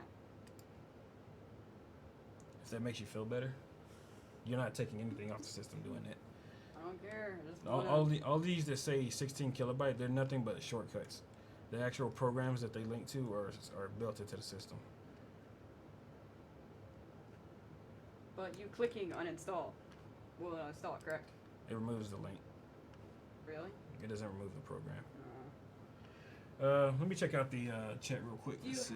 Do you have a program you recommend to remove bloatware? Or is there? If you want a good way to remove bloatware, for everybody else out there, check out the channel Barnacles. He used to work for Microsoft. He used to work specifically on Windows. He has like 2 or 3 tutorials on there that are very great for how to remove all the telemetry, how to remove all the bloatware, all that stuff. If that stuff bothers you, go ahead and watch his videos. I mean, the systems that we're running these days are so powerful, it really doesn't matter, but like removing Candy Crush, it just makes me feel happy. Yes. So that's why I do it. But it's really not necessary. It's more the principle of the thing, the reason I do it. Let's see. Daniel says, bro, if you made a video on first thing to do with your new Ryzen 2 build or Ryzen 3700X build, it would blow your channel up. Well, this is a Ryzen 5700 XT. Think it was XT by accident. I've done videos like that before, so One of the X. maybe more or less. It might, if I might do something like that, but she's taking this computer home tonight, so it's not gonna be with me forever. Yeah, and when we went up to the counter to get the AMD 5700 XT that's currently in this computer, we originally wanted to get the Ryzen 5700X because of budget, and they said, here's the XT. I was like, oh yeah, that's proper price. As soon as we bought it, it rung up as the X, and then we looked on the box and it says XT, and we're like, oh, we got the higher grade one. I told that story on the first video. Oh, sorry. The It's so funny. yeah, the graphics card we got, they gave off. us the 5700 XT but charged us for the 5700X. So we got it for $100 less than what it was listed for a week before it came out. So plus the original price drops. hey, it works. If there, let me go back to the chat real quick. Let's see. That's got to be a registry edit for that kind of thing. Yeah, Gunny. Removing those apps, that's a registry edit, and the bloatware, yeah, in my opinion, it's not worth it, man. Because there are weird things in that Windows bakes into their operating system. If you start removing the wrong things, you're gonna cause problems. I've done it before. I ruined the installation of Windows once just trying to make the numlock key stay on when you log out. it drives me nuts that they turn it off. And I use, you know, I have 10 key for a reason. It's part of my password, so I need it. But when you log off Windows, they turn off num-lock, and it just drives me nuts. And there's a registry hack you can do. I tried it twice, in fact, on Sledgehammer, and ruined both installations, so I gave up on trying to make it work. Let's see. Barnacles, haven't heard that name in a while. Yeah, Barnacles hasn't been making videos. He made like 1 or 2 like last month, I believe. But for the most part, his work is Twitch live streaming now, and he streams to his Patreon viewers, but he doesn't do much on YouTube anymore. I can't blame him for that, because when he's on Twitch, he's just a charismatic guy, and people just throw money at him. So, and it's his full-time job, you know. So I can't blame the guy. You know, do what makes you money. And you know, he's on Twitch. He makes no less than like $200 every stream. So. Some people also dual stream. Yeah. Well, I dual stream. I was on this stream. I'm only streaming right now to YouTube because I have 2 cam links, and the second one is being used by the computer right now. But earlier, when I was just doing the build, I was using one cam link to stream to Facebook as well. But the goal eventually is to stream to YouTube, Facebook, Twitch, Periscope, and Mixer all at the same time. And I've finally figured out, I finally worked out the logistics and everything involved in doing it, and I can do all of that on Sledgehammer. Sledgehammer can do it all by itself. The only problem is I need 3 more cam links before I can make that happen. So whenever, you know, that budget comes around, that's when it'll start happening. Let's see. I need to install Firestrike Ultra first, because that's one of the ones I'm gonna run. Benchmarks. Oh wait, I did 4K, didn't I? I don't need the 4K. I need. Whatever. Oh, it's installing Extreme. Oh, it's installing all of them. Okay. That's fine. Okay, that's good. Let's see. I am gonna do Cinebench, but is there any other benchmarks y'all want me to run on this hardware? Let me know. User benchmark. User. Oh yeah. Okay. Yeah, it's go on Chrome and then user benchmark. You just type in user benchmark, you will find it. There it is. Their extension test your PC. It's a small exe file, and it goes analogically, and it actually does everything, but it goes through analog like real super fast. Come on, download. Let's go. At this, currently it's. There we go. I wanted a battleship, and you gave me a UFO. Come on, it's only 5.6 megabytes, guys. Y'all need you need to upgrade your internet. Come on, seriously. 23 seconds. 0 seconds. Yeah, done. It's fine. Yeah. That's one of the ones I use on my previous computer. I'm the only benchmark. And that's user submitted benchmarks. They don't really give too much away on your PC, too much information. They just say, hey, country, hey, PC, and then here's the stuff they're currently running. There is no information on your computer yet to give away, so we are fine. I'm just letting people know just in case they run it.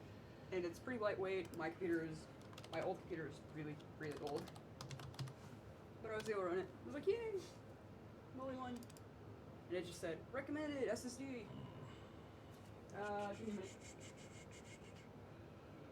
Yeah, just switch to the first one. Cam Link 4K. No, the first one. The first one. Oh, yeah. Thank you.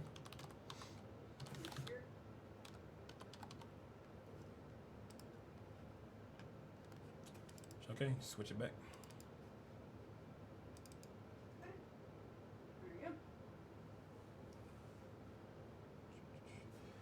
Alright, let's see. Okay. This is what I offered. Can I be I already had user benchmark downloaded. That's. Oh, okay. I made a folder for all the benchmarks, but I never got around to actually putting them in it. Oh, I had 2 of them actually, and I never put them in that one either. That's why I offered to be your. There's a pattern, guys. That's why I offered to be your switcher person. Let's see. I was here on the first video because I was at actually work, and right after work he texted me like, "Hey, I just finished up." Okay, so I have I'm here. both versions of Cinebench. I have the regular, the original version, and I also have the high performance version for highly threaded machines. I'll run both of these. So Are we gonna run both or no? yeah. Awesome. So is this finished? Is the question. Looks like it is. So we'll close that. Minimize this. Minimize that. That is downloaded, so we can close this Chrome.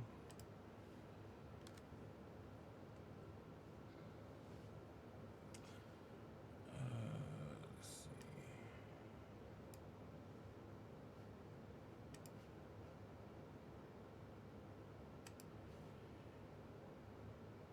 All right, so we're gonna start with Cinebench. You know, everybody knows that the thing about Ryzen chips is that they're highly multi-threaded. So Should go pretty fast. this is the 3700X, and keep in mind, guys, we're still running stock speeds. It hasn't been overclocked at all. It is running bare stock speed. These numbers that you see on the left, those are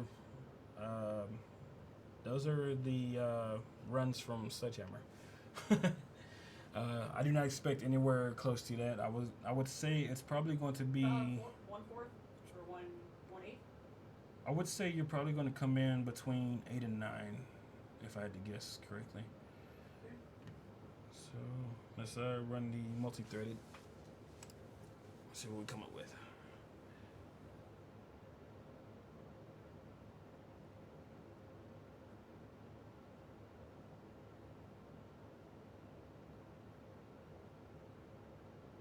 Well, technically speaking, I did, because their comment saying that, technically speaking, I did end up paying for the computer. All right. And Hey. he's making the benchmarks and video for It landed exactly where I thought it would be. Did it? So it came out with 2046. Ooh, not bad. Wait, no. Keep in mind. Mine This was- is 8 cores versus the 4426 up there. That is 36 physical cores. This is an 8-core machine versus 36, and it is clocking in at half of what those 36 cores. So that is quite impressive. Well, they did Wow. say it was 13% better or whatever. And this is base. That is This is that base. is amazing. So let's Across the board base. Base. let's see. How do you switch it to single core? God. Man, it's been a while since I've done a single core test.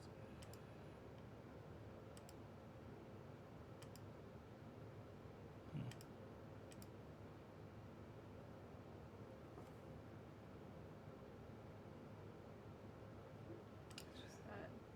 Okay, What well, about the I don't open- remember. If you guys remember how to do single core, put it in chat. Can you look that up for me? Okay. Because I thought it was just off Sledgehammer or off my phone. just look it up on your phone. It should be easy to find. I thought it was just a toggle. Maybe not. I don't know. It's been so long since I've run it that I just look at multi-core because when you're doing video, that's all that matters. We got those installed.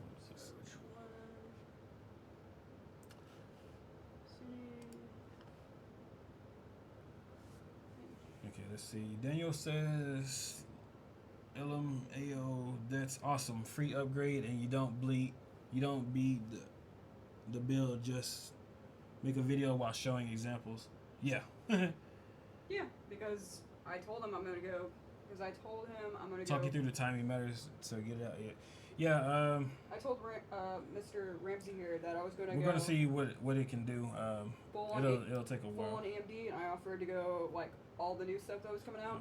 And I offered, hey, if you're gonna benchmark it and make a video about it, you can. I don't mind, because Whenever that's you get in the exchange for chance. for building it and putting it together and see what it can handle, all that stuff. He looked at me and went, sure. And now we're here. Okay.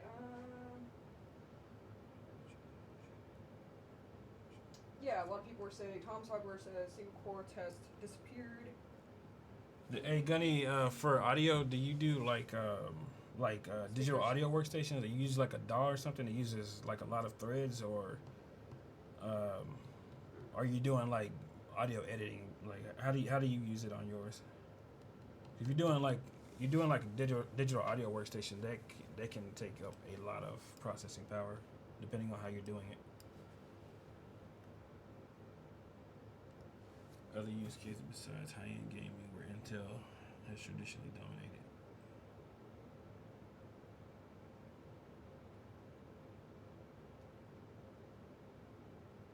I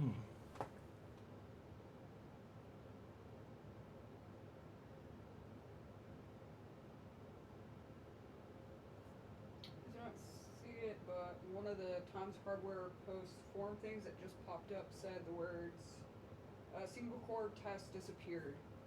Really? Well, this is I think I just. This was updated June 13, 2018, so last year. I don't know if I've downloaded a new version since then. I think maybe they did. Maybe It's I the have. R15. So this is the most recent version, your version. Yeah. Well, okay. Here's the. But in the prefaces, I can set the number of threads. So I'm trying to read through this Custom question, number try of to see what he threads. wants. Let me do a double check on machine. Tradition. DAW bench.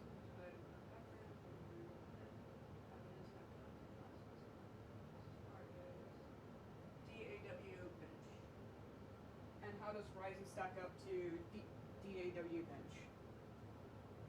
He does a lot of audio work. Pretty cool.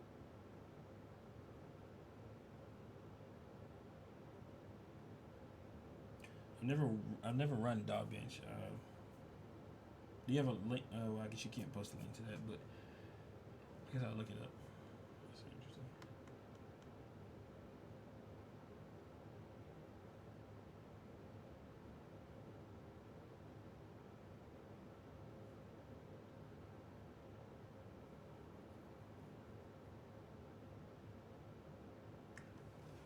No, depending on how hardcore you are, you might need something. You might need that what is it, 12 or 16 core that they're coming out with? I don't know. That is crazy. That's one tier above the current CPU I have.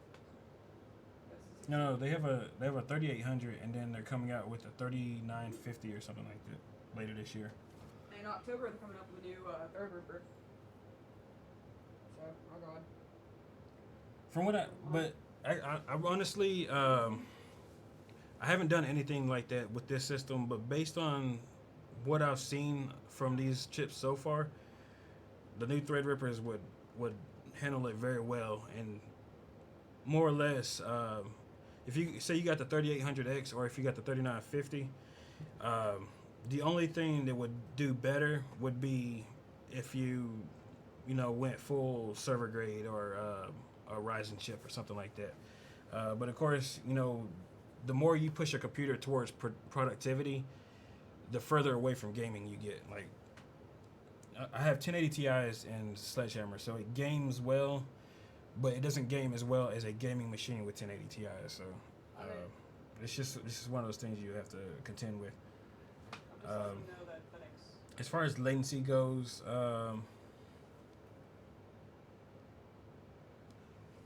I can't really offer an opinion on that because I haven't used the hardware enough, and you can look at numbers all day, but what it comes down to is real world experience, and I know for a fact that what it says on the paper is not always what you're going to get in real life.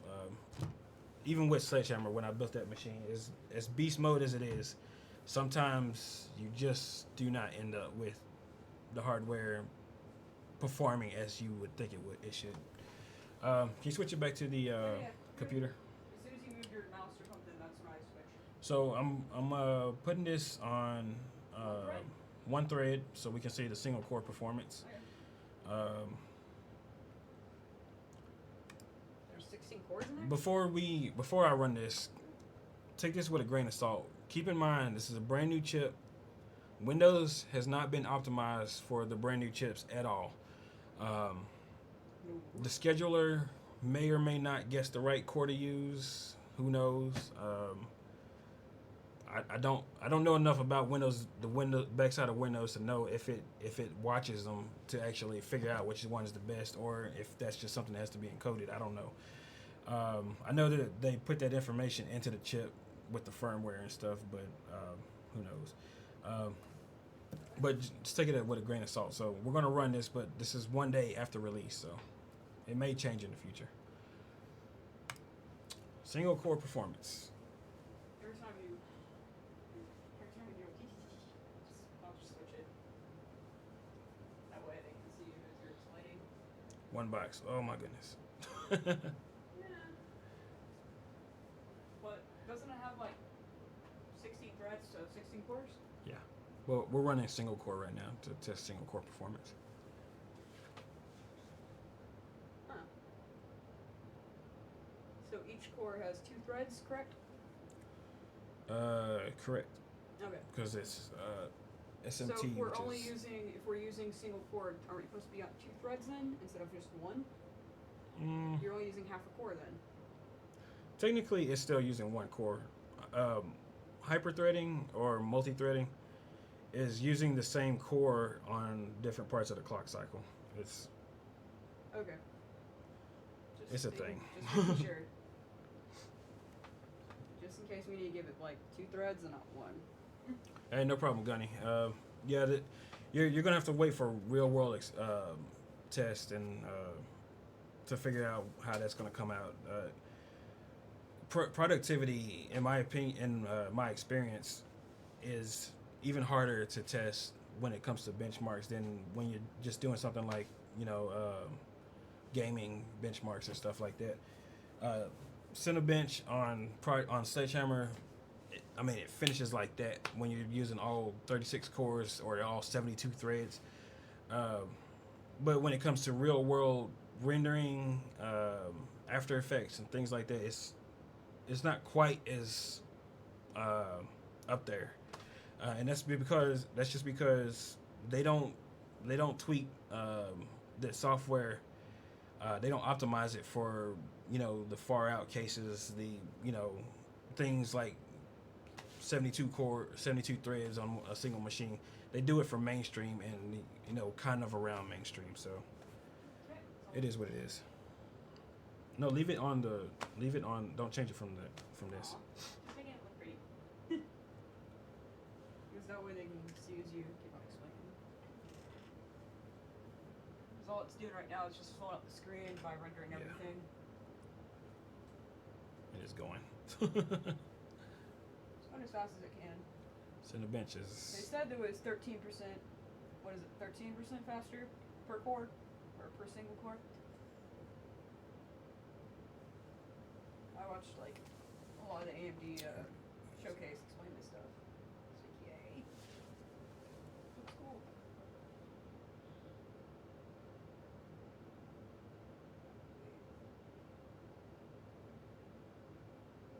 Ah, cute little bubbles. Bubbles. Just cute little bubbles. Because nobody can say bubbles madly. You can only see it icing. Bubbles.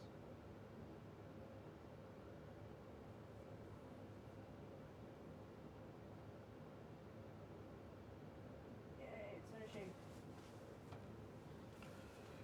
198 for single core performance.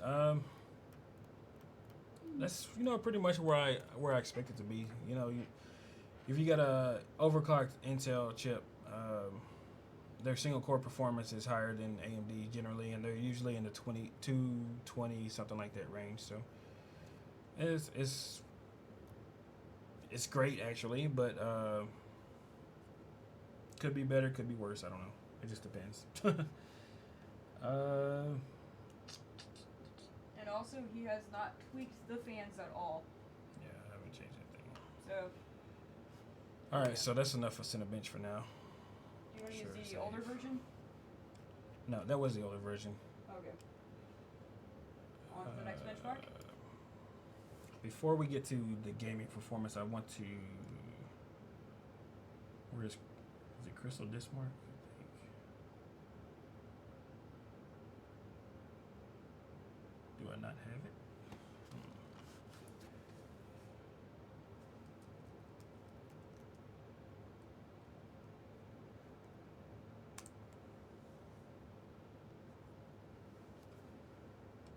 Maybe it's in this folder up here that I was looking at earlier. Ah, it is.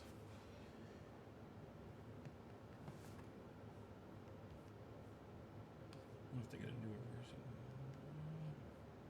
550. They do. They have a version 6.0, so I'm going to have to download a new version for this before I do it.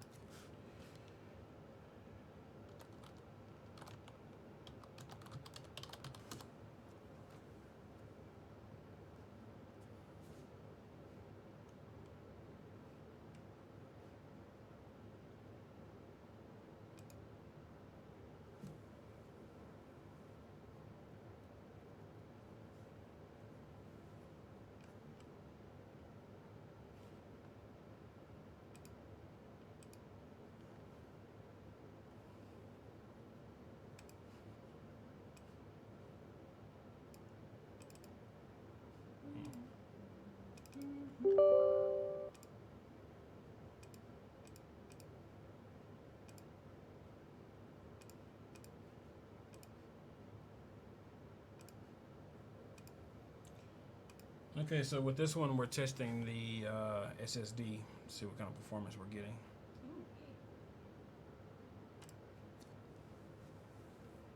Switch back over to the chat.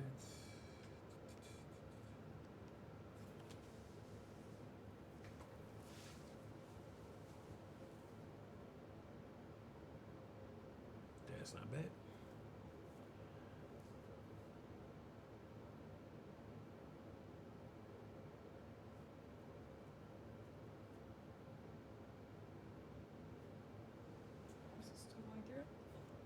It's actually flashing the light on here. That's pretty cool. Most motherboards don't flash the light for the SSD, for the solid state, for M.2.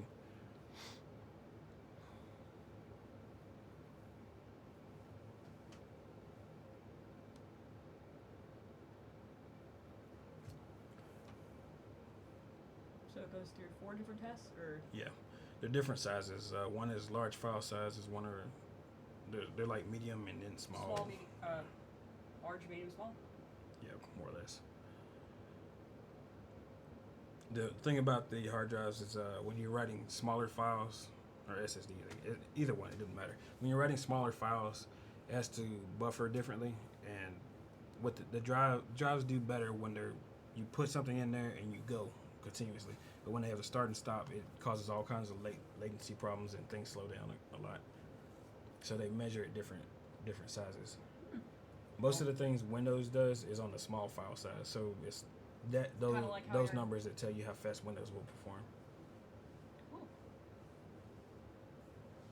See, Daniel says, I have the same parts except the motherboard and CPU. What would you recommend for an alternative X570 motherboard and alternative NVIDIA GPU?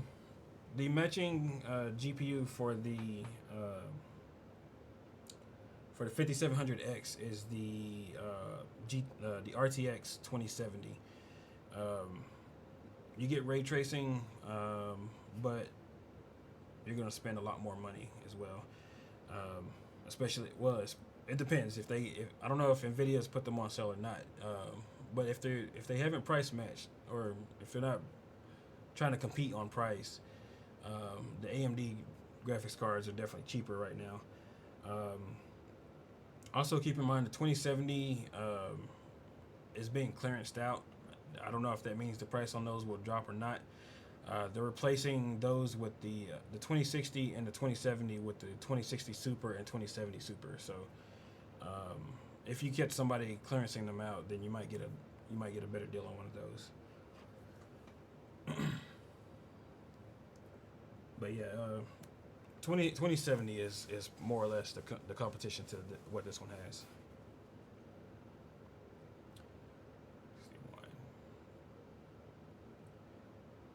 write speed is up there too. Good, I picked a good one. Also, keep in mind while you're looking at these numbers, the Intel SSD we have in here. This is one of the cheap ones. It's $100. a lot faster than a hard drive is, but not as fast as something like their Optane or Samsung's 970 Pro or anything like that. But also, those are all PCI Express 3.0 drives. As far as I know, Corsair, I believe it's Corsair, might be the only one that released a PCI Express 4.0 SSD. And that guy, the early numbers that I saw were somewhere in the 4,000 megabyte range. So 4 gigabytes per second transfer.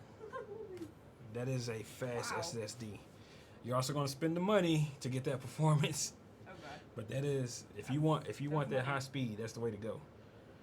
That's if you're reading and writing a lot of files very quickly. You're moving a lot of stuff. It helps with productivity. Yeah. Like what your sledgehammer probably ends up doing eventually. Oh yeah, what SSD do you have on sledgehammer then? The SSD I'm running a Samsung 950, so that tells you how old that is. And it reads and writes what? 950 Pro. The reads on it were somewhere around 2,300 megabytes. Read and write somewhere 23, 26, something like that. About 2 gigs. Yeah. It's also 2 generations old. The 970 is somewhere in the 3s, I believe. So you get the newest one. Of course, you're going to spend a lot more money. That drive, 512 megabytes, was $250 when I bought it 3 years ago. Even today, you're probably going to spend somewhere around $200 for 512 if you get the 970 Pro. Probably somewhere around $300-400 if you get the 1 terabyte. It's worth the money if you can afford it, but at the same time, so is getting a better GPU or better processor or something like that. So with everything computer, spending a little more money gets you a lot more performance. It's just how it is. Or until a point, then it's just spend a lot more money and get a little bit more performance.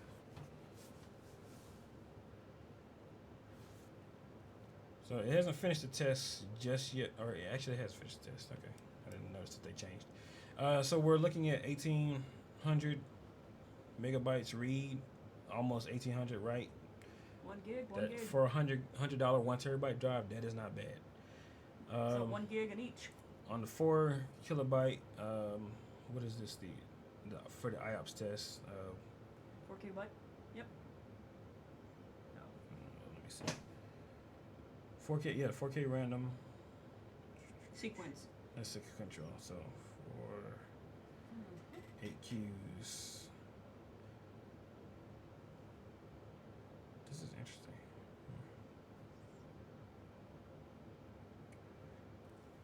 So 4 kilobyte Q depth of 8 with 8 threads running, 621.2 megabytes. This one right here is more than likely going to be what you can consider Windows doing when processes in Windows are running. But as low as 61.78 for read. Kind of interesting that the write speed is so much higher than the read when write speeds are generally lower. But hey, whatever. Take performance where you can get it. All right, so that's hardware. That's again, that's base level. Nothing's been overclocked. It's straight out of the box. That's what you're getting. User benchmark. So Please. Yes.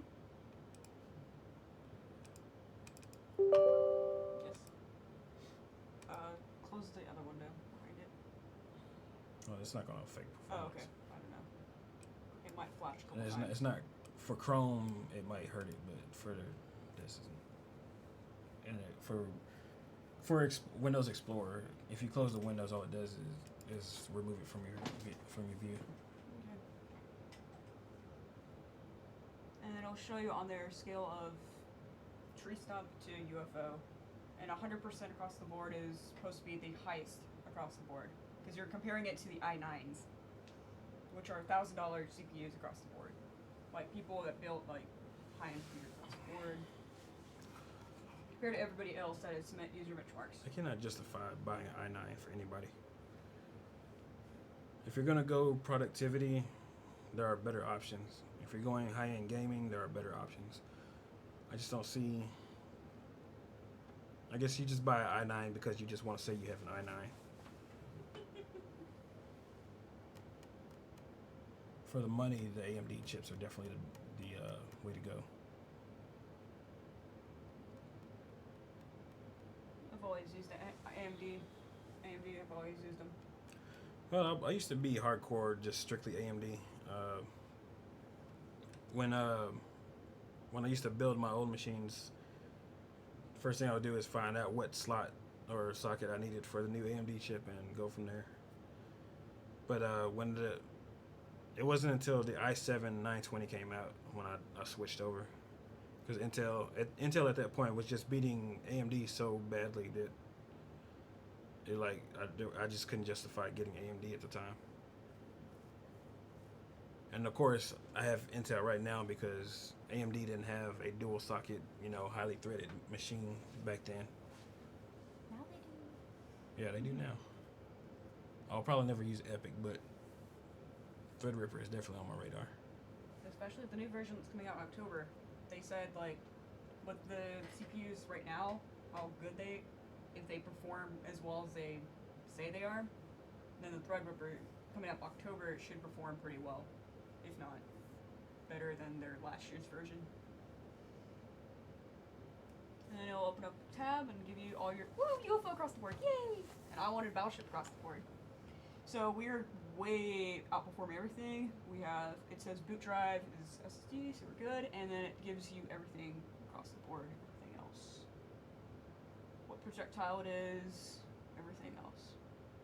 Your above, your benchmarks. Everybody else's benchmark is also kind of charted along a little chart, letting you know, hey, this is real world type benches.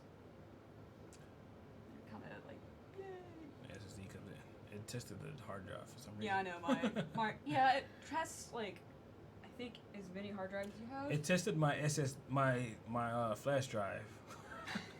Wow. It even tests, it says that I need to upgrade my flash drive. It even tests the memory kit, Yeah. and this is the one I wanted for price and everything else. It's, Price and performance. we never. Is what I like. It's sitting at right now. It's sitting at stock DDR4 memory specs. This is 3200 megahertz RAM. So once we set the XMP profile, that performance is going to go way up. Then we can rerun the test and see if the RAM gets better. Yeah. Cool. But this is what you should expect for base level. So that's pretty good. But yeah. Again, if there's a specific benchmark that y'all want me to run before we end the stream, put that in the chat and I'll go ahead and download it and we'll get that going. But now we need to change out the pre-mark. Yay! I haven't heard that in a while.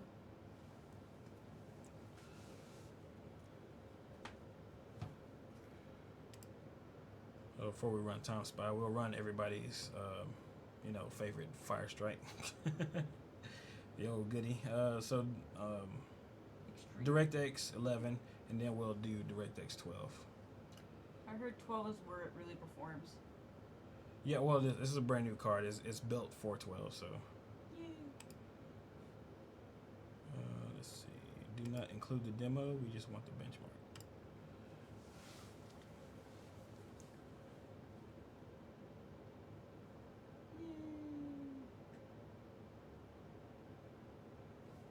And also use your benchmark. It will say on the right hand side, background what was being used by the CPU. That way you know if they're doing anything else in the background while they're running the test. My old computer was like 14% because I had maybe one Chrome tab open. But yeah, my RAM actually does better than my other one. The Kingston RAM I had in my other one. It's so bad. That's why I told you don't pick Kingston. Don't pick it. It makes such bad memory sticks. like, here's this. I said, here, try this one. When it's optimized, it does pretty well. Well, Kingston doesn't make RAM. There's only, as far as I know, only 2 real companies making it. Actually, I think there's 3. I take that back.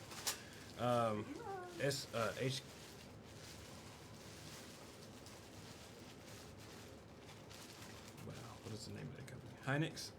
Kingston. Samsung. Yeah, but they don't have Kingston chips on there. If you take those heat spreaders off of there, it says Samsung or it says Hynix or it says whatever that third brand is. I can't think of their name. But there's only 3 manufacturers of memory.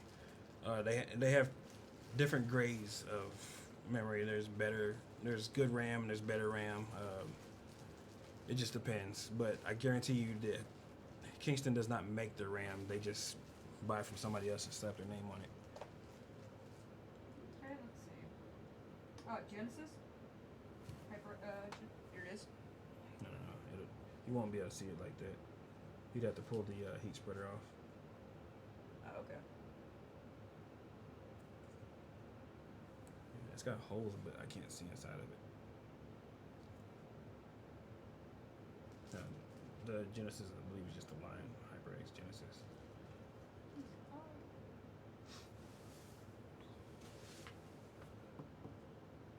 Yeah, I feel sorry.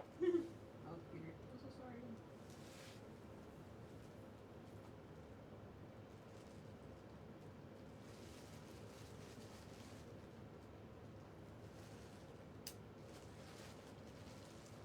And I know on the older CPUs, the speed of the RAM was tied heavily to the performance of the CPU. So I'm wondering, with it running at base DDR4, which is what 2166, I wonder how much of a difference that makes, because this RAM is designed to run a whole 1 gigahertz faster than what we have it set right now. Yep. SK Hynix, Samsung, and does TSMC make memory? I don't believe so.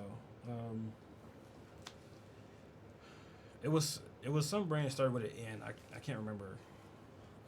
At least I think it was an N.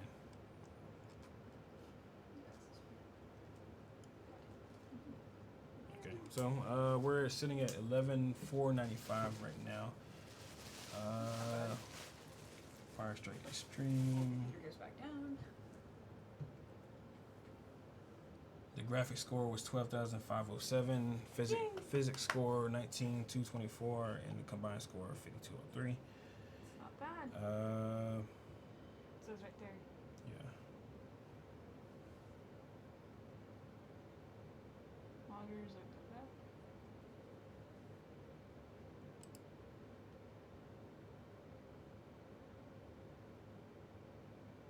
So yeah, the GPU got up to 68 degrees, which is not bad considering that my 1080 Ti is normally reach somewhere around 90 if you don't have the fan spun up really high.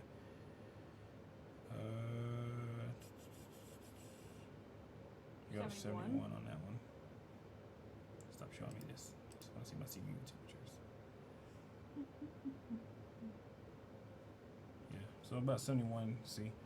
Not bad, I guess. GPU. Not that bad. Oh, one of them was way down. This right here, I'm wondering.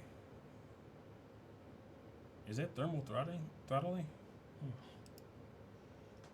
That. Well, that's a physics test. There's not much load on the GPU when you're doing a physics test.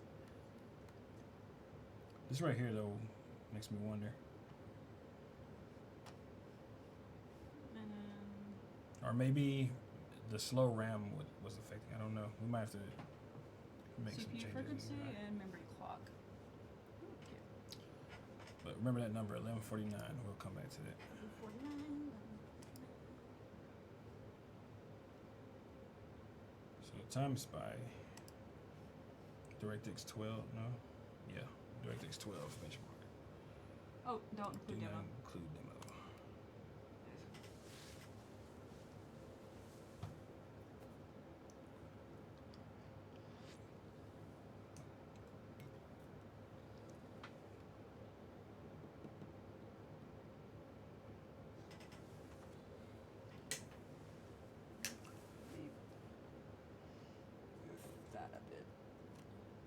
it's I don't like it. not taking air in right there. It shouldn't be.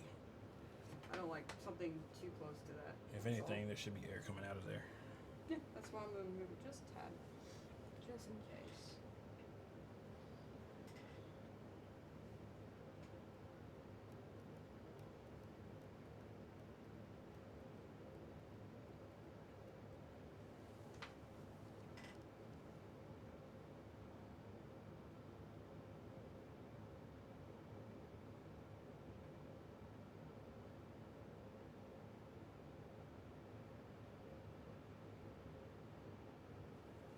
You can hear that fan spinning up on the GPU now.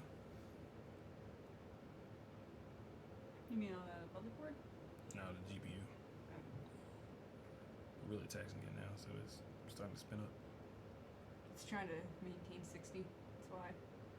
Or higher.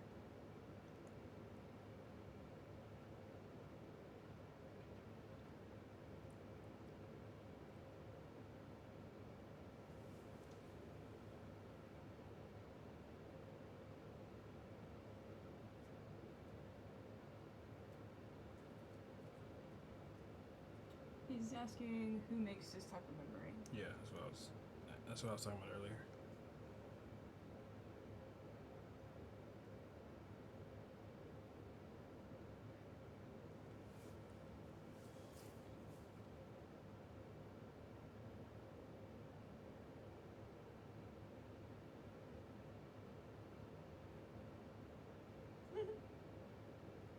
Looks like Doom.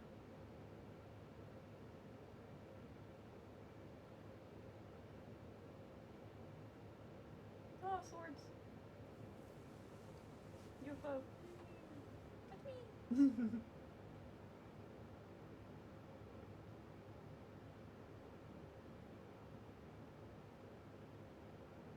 Ooh, pretty. Little satellite.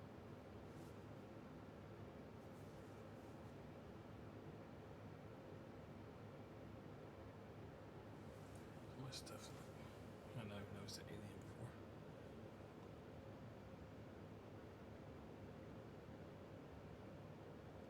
Pretty little satellites around the sun.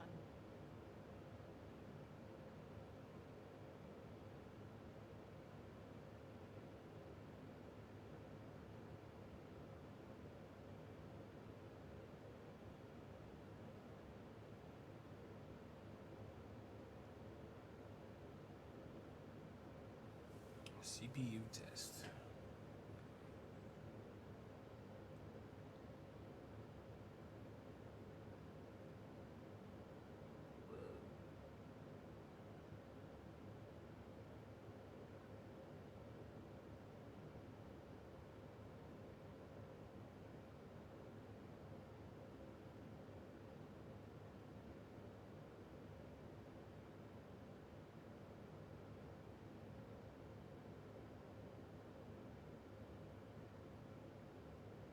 Wow, higher. 8908 on a Time Spy.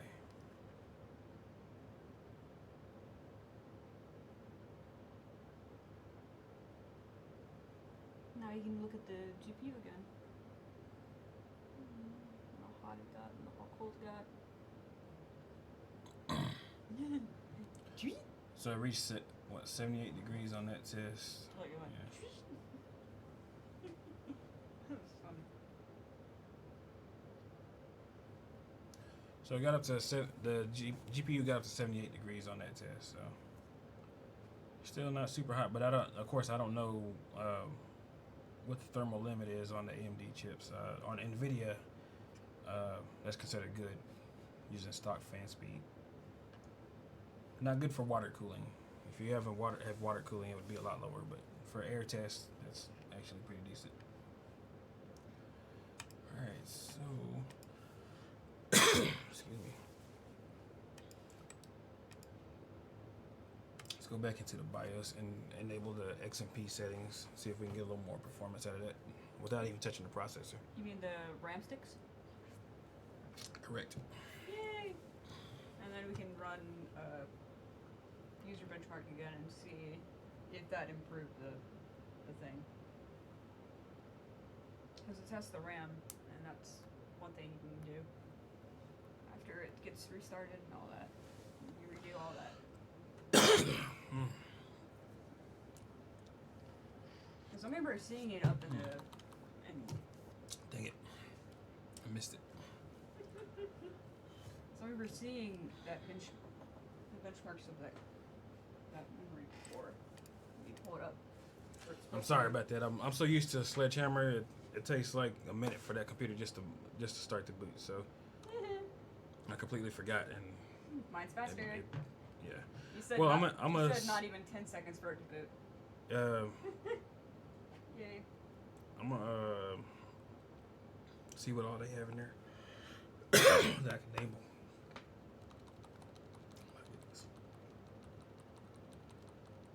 Can you get more water? No, I guess so.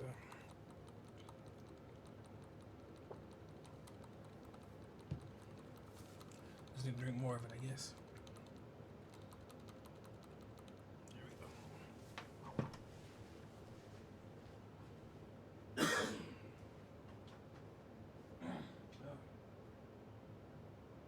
You turn down there? It's just hot over there. AMD does generate a lot of heat.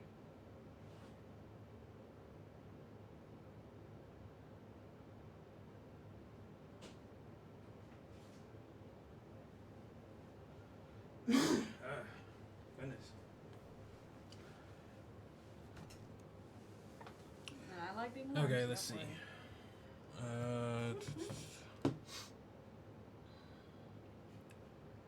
Where are the XMP settings in this BIOS? Does anybody know where they set memory settings on here? Or is it in overclocking? Let's see.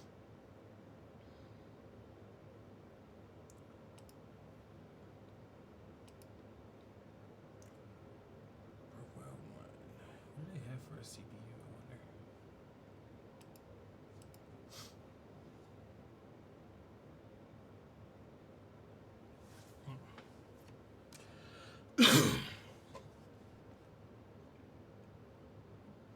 Would it be settings, advanced settings, or no? No, I've already changed the memory. It was right there. Oh, okay. XMP Profile 1, 3200 megahertz. I was just seeing what they have for the CPU. Okay.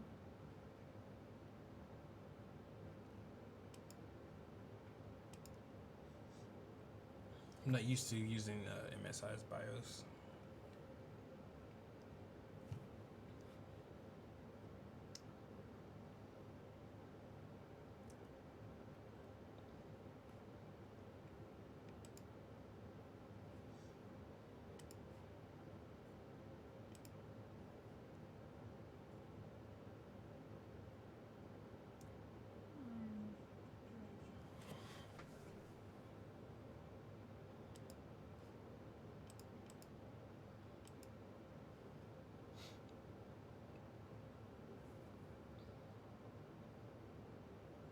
This is all going to change though after it restarts, so it doesn't matter.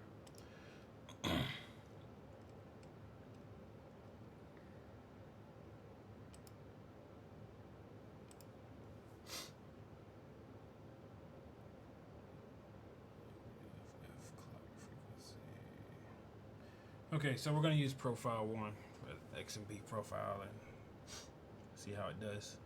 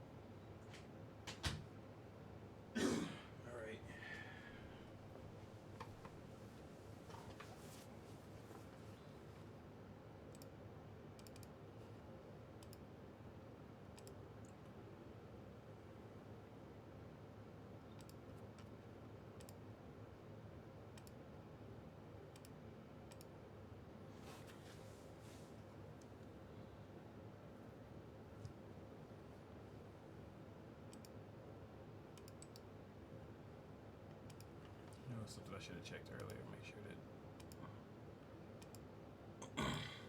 Chrome is all the way closed.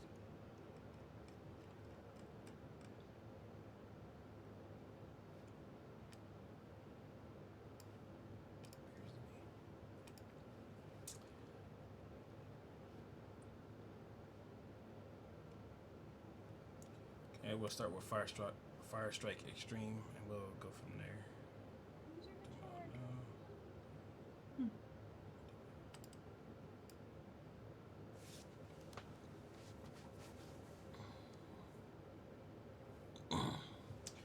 And of course, it's not showing it on.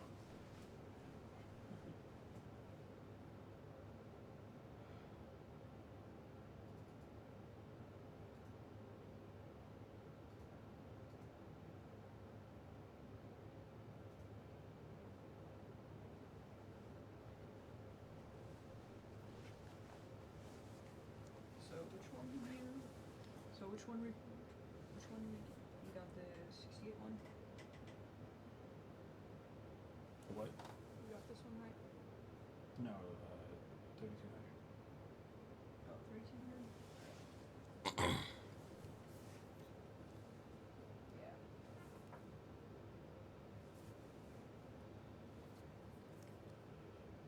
Yeah, it's in the upper 70s out of 634.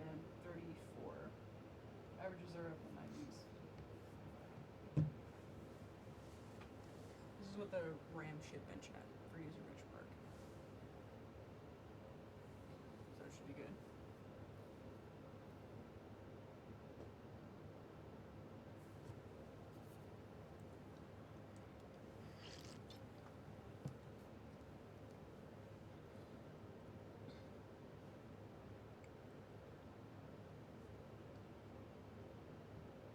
Just curious, can you guys hear the sound from this?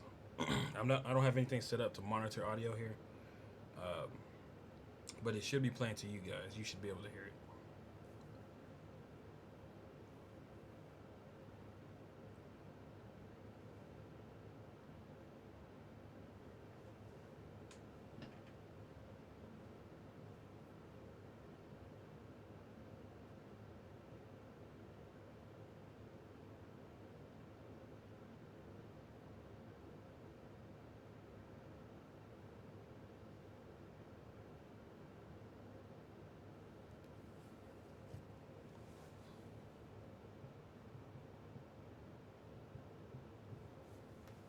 Guess I could always turn this up.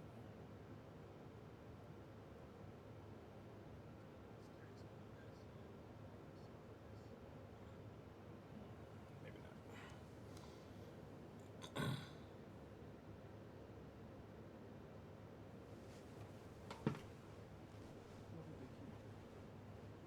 Cannot hear the audio, no.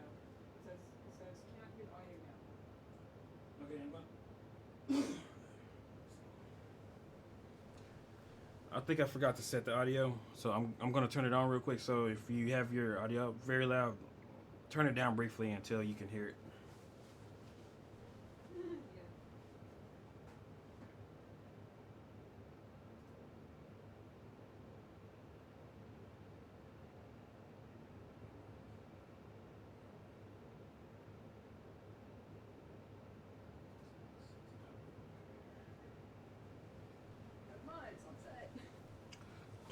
Actually, it is set, so I'm guessing the computer is not set for the output right there.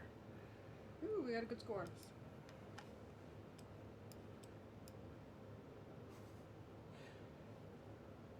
So it's set as Yeah, that. yeah.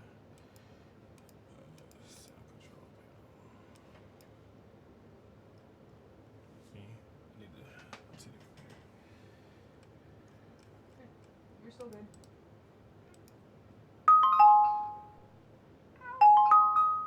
Yeah, that was loud. Yeah.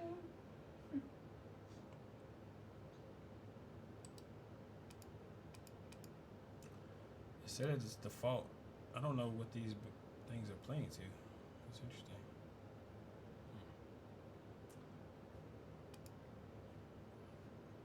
I think you could hear that. Should be able to have heard that.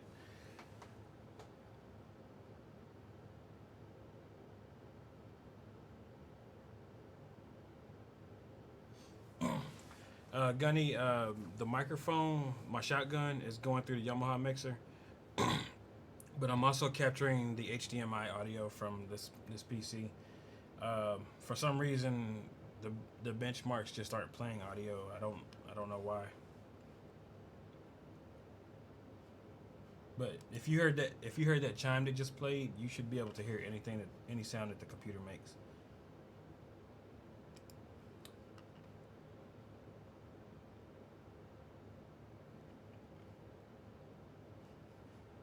Okay, so on that one we got 11,515. It went up a little bit.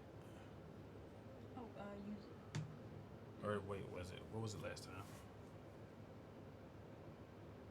Actually, I think that's within the margin of error. I think that's about the same.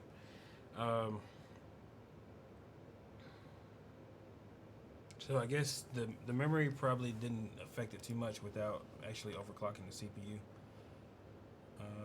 Let's go back to Time Spy. You want extreme? No, I don't. That's 4K. Oh, Running the okay. regular one. It's funny because they said that can handle 4K. Yeah, but everybody runs 1080p when they're comparing systems. So Oh, okay. on Sledgehammer, when you run 4K, it actually puts more of the load on the GPUs versus the CPUs, so it actually does better. Yeah. But real world people compare 1080p to 1080p. Okay.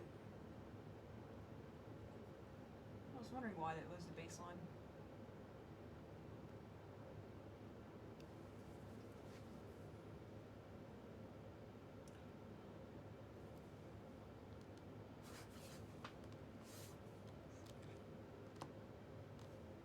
It should be making sound, but it's not. I have no idea why.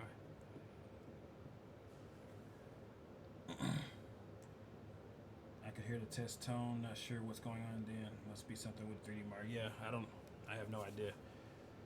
Normally you can hear sound when it's playing all these, but for some reason it's not doing it right now. And we verified that it makes sound. We could all hear it, so I don't know.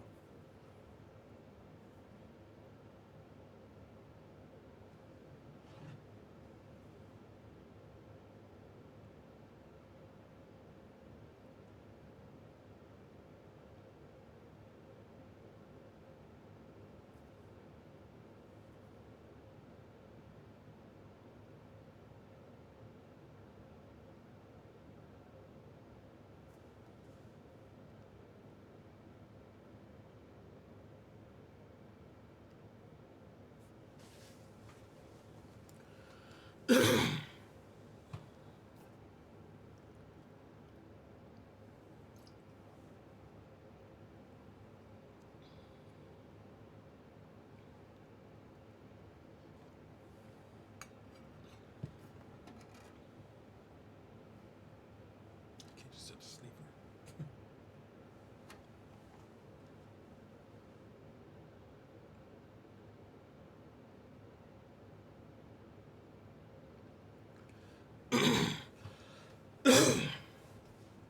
I mean, to me, it looks like it's running about the same before I enabled XMP. I don't really see any differences, which means that it's probably more or less User. the GPU that's the end of the road as far as performance goes. If it was the RAM slowing it down, we would have seen some kind of difference here, but it's looking about the same.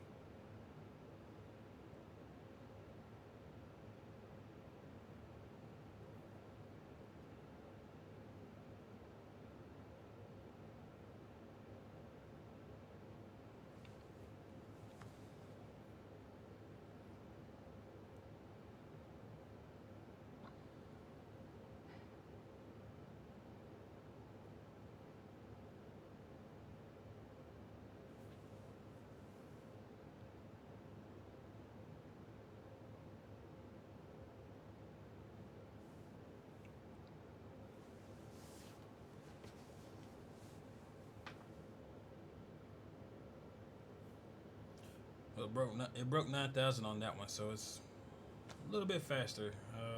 Last time the score was 88 something, 89 something, so it did improve a little bit.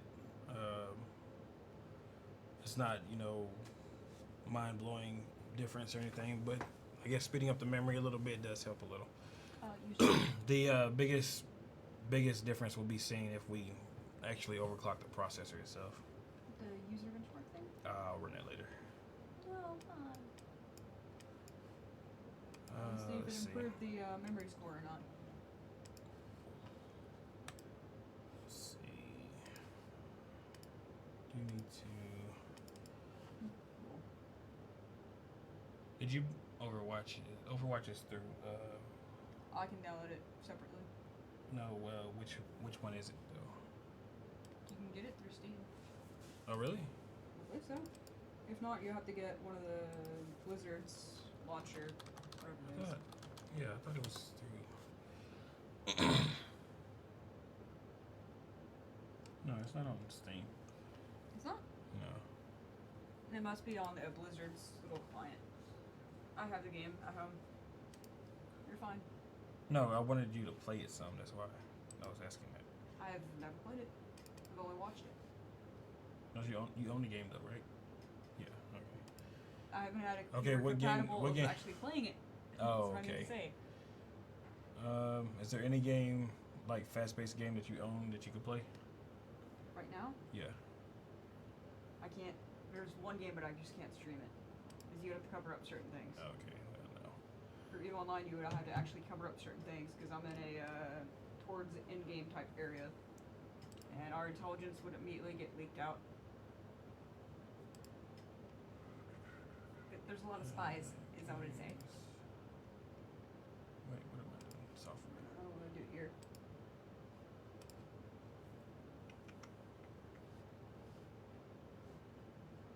Can you not uninstall from...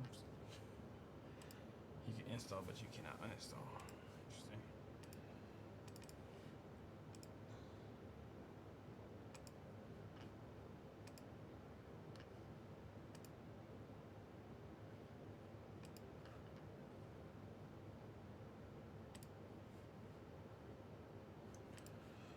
Okay,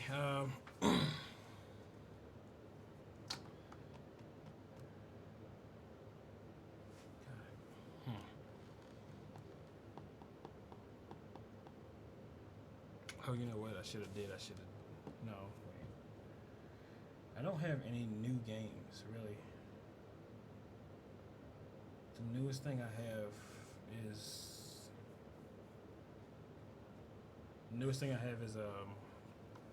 Ghost Recon that came out, like, I think the year before last.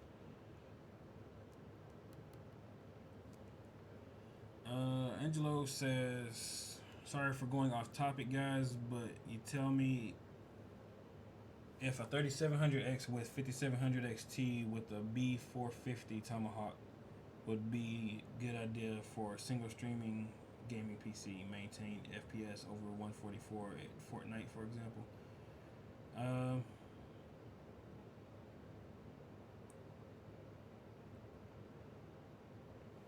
Well, Gunny, the 5700 XT is AMD or Radeon's top offering right now, but for 144 FPS at Fortnite, I don't know. Does Fortnite have a benchmark that we can run? I don't think so. No.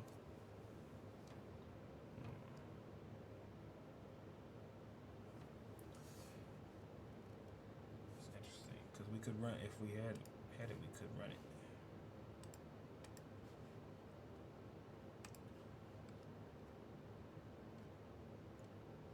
So I guess. Are there any more benchmarks you guys want to see? I could run more stuff, but we've got a general idea of baseline performance, and it's going to take a lot of tweaking and other things to squeeze more performance out of it before we can figure out what all we're going to be able to do. Let's see.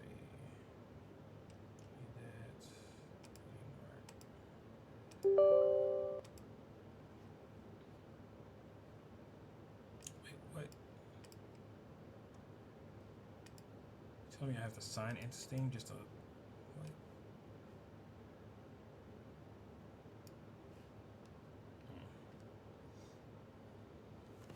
Okay, switch it to the other input and then come and sign into your account.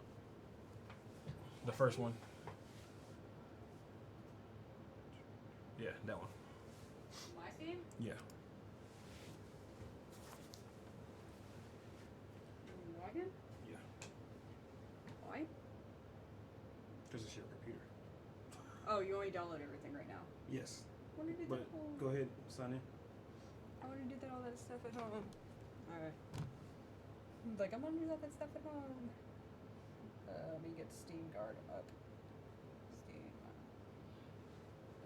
Yes, that. That way I can verify, hey, that's me. All that stuff.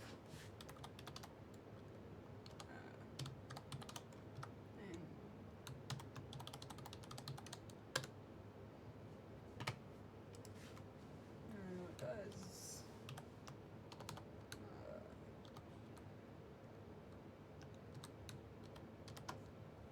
See, gives you a little code, Yeah. does all that. Okay, let me back over here. Why are you bringing this up?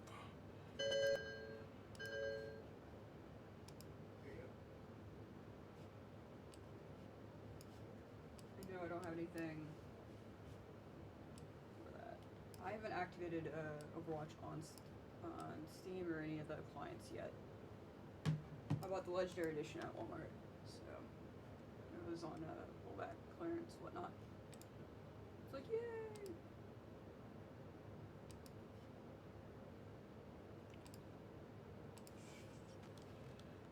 Let's see. What are you trying to do? I want a reference point.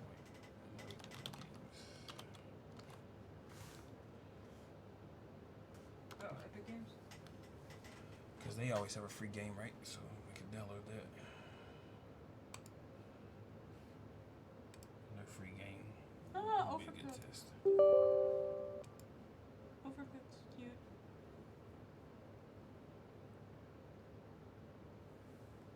Overcooked is Regine. It's so cute. Gunny said, I can't think of any more benchmarks. I guess it'd be interesting to see an answer to Angela's question, though, if you're into it.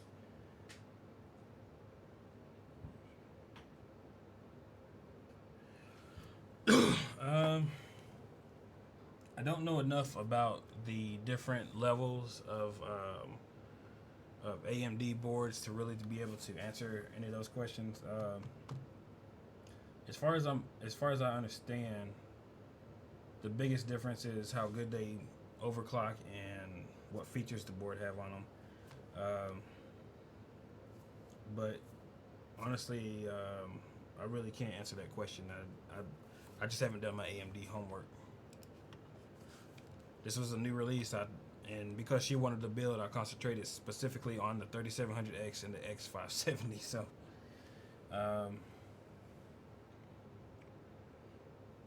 so Angela says he has a 144 hertz monitor.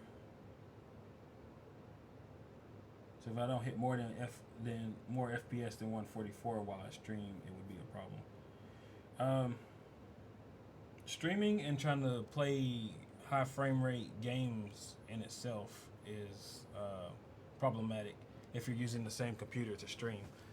I'm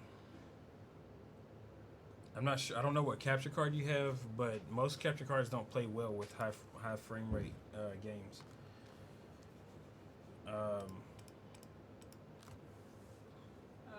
It's almost better to have one on one system and then play it on another. There you go. Go ahead. Well, actually, I need you to log in. Do you have Epic Games? No. You have to sign up for one. Well, I should do like not. sign up for one. I can use my Gmail. Use the Gmail. Click on the G. All right, go ahead. Facebook G thingy. Oh wait, all I do is two-factor on my thingy. I should tell you what. Do this first because this. No, not now. Why? You have something you don't want to see on there? You're about to get slammed by like 500, 550 bookmarks. Oh, I got All per tons page. of bookmarks too. I don't need to slam all that right now.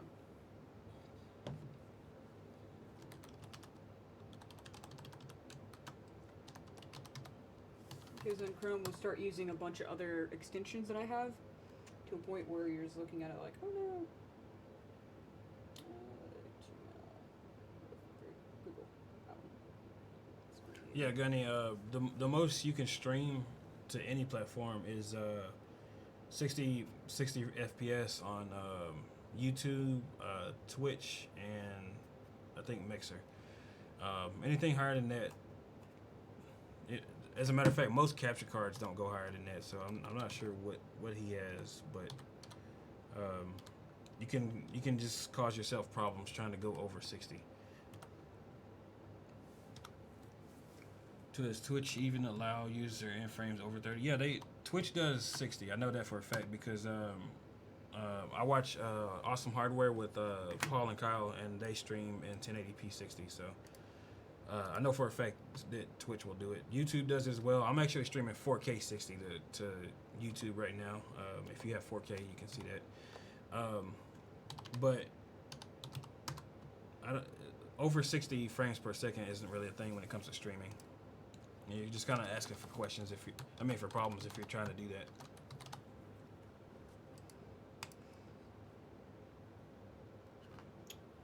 There I am. All right, so log into And this just one. do all that. You can close that one, but log into that one. Yeah. Yeah, you do know this is your computer, right? I'll do it all at home. NordVPN, keywords. Click on Google. I'll be using a VPN for all that stuff, dude. When I log in. No, you don't have to use a VPN at home. My house. Especially. I guarantee you, if they try to do anything funny, Bitdefender's gonna block them for me. Oh my god, he'll be blocking it all night. It's like a baseball bat. Hitting home runs, all that. Like, well, you've been doing that a lot. You could also, if you don't trust your roommates, you can put a router between them and your computer. Although you have to deal with double net I don't problems. mind roommates, but we mind is the person trying to steal our info. And he's somewhere in our neighborhood, and we're trying to Oh, set up a thing where, you have a router between you and the outside world? Because that's what those do. router through a router, and then to the rest of us. We double layered it, but he still, as soon as we hit the reset button, within 2 seconds, he was able to grab it. Something ain't set up right then. I'm just letting you know that Your router should stop anything coming from the outside world.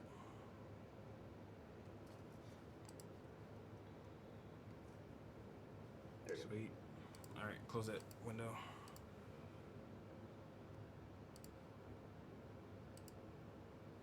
Yeah. we can do it all right here. I'll switch it back on that meeting.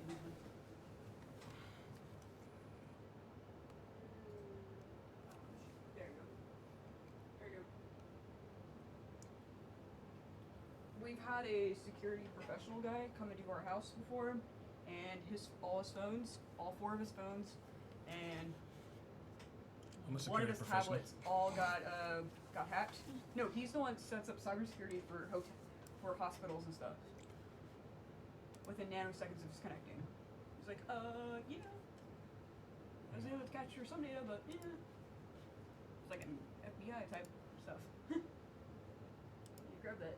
What am I looking for? So now Yeah, my store. roommate is designing something to where if you have typed in the password incorrectly 3 times, like you're generating passwords to try to find out which one's the correct password, you'll get invaded by a lot of spyware, malware, and a bunch of stuff, and be like, hi, here's all this beautiful, beautiful stuff. To try to overload your computer and destroy it. Looking at him like, thank you.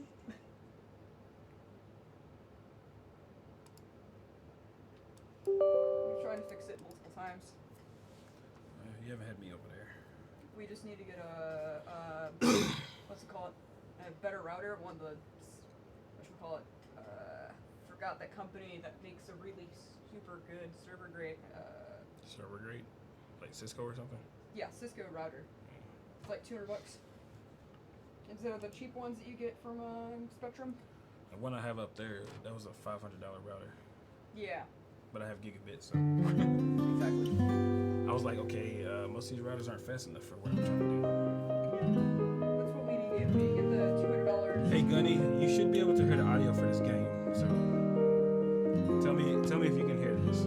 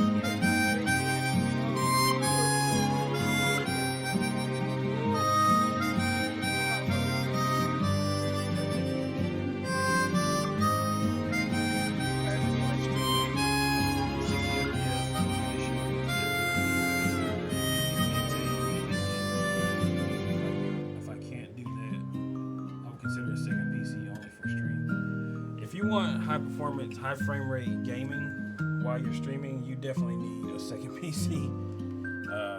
That's pretty taxing, especially when you're going over OBS or something like that.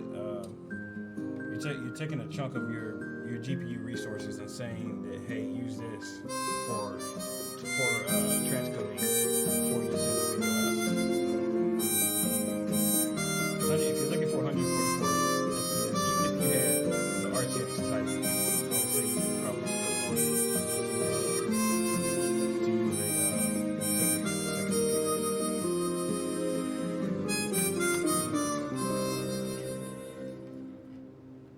I'm just going to turn it all the way down.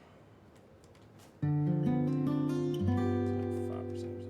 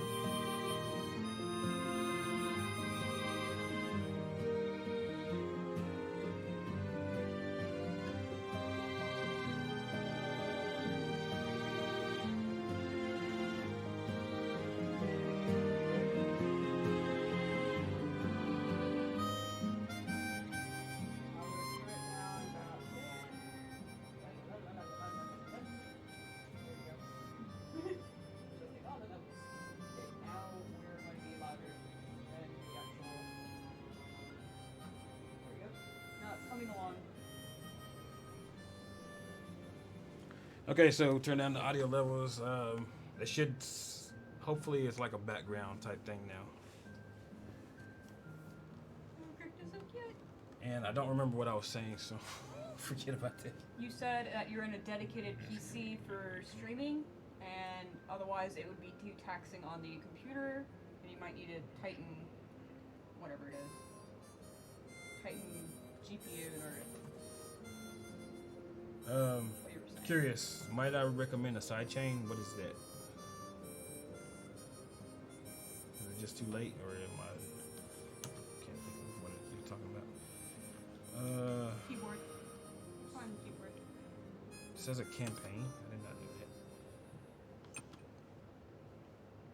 It's a very, don't worry. I have a feeling this is not a fast-paced game like I wanted. It doesn't look like it is. Oh, you want fast-paced. I just wanted Ray G game. Fast-paced games aren't Yeah, gunny, exactly. aren't rating, you know, in a rating.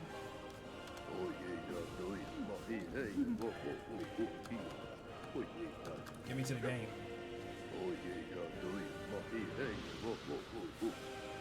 The graphics on this are horrible too. I'm just letting you know, I just suggested this because you said you want to rate GBM. No. You didn't say that's the case. Then I would have to recommend something a little bit more Is that a higher. blue? Yes. You're making it.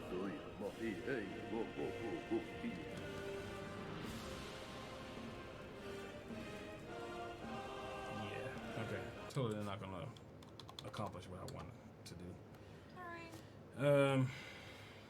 G rating fast game is usually a racing game. Go. Yeah, quit. You should be good. Space maybe. Yeah. Okay, let me try to find a different game, guys. Sorry about that.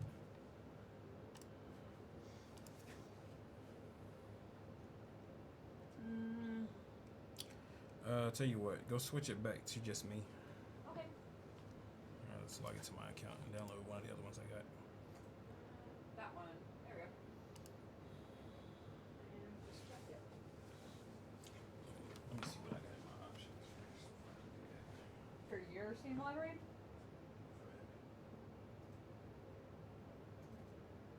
Because on my Steam library, it's a little bit different. Oh. There is, I don't know if you like it, but there is No Man's Sky on this one. Oh, we can also do that. Depending on if you know how to play that game, and I know it benchmarks really bad.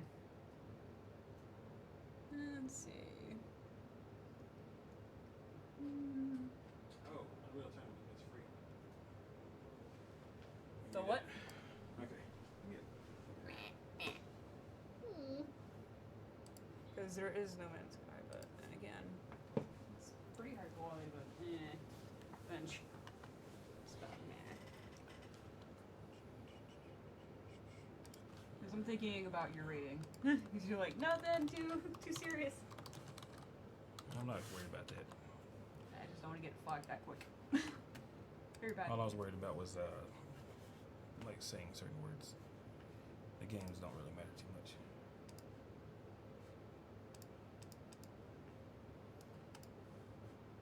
Yes, install. Auto updates. Wait,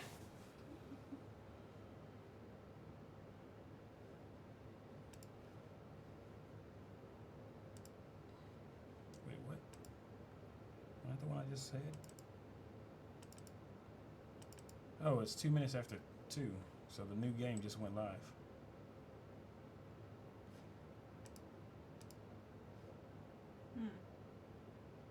Oh no, wait, this is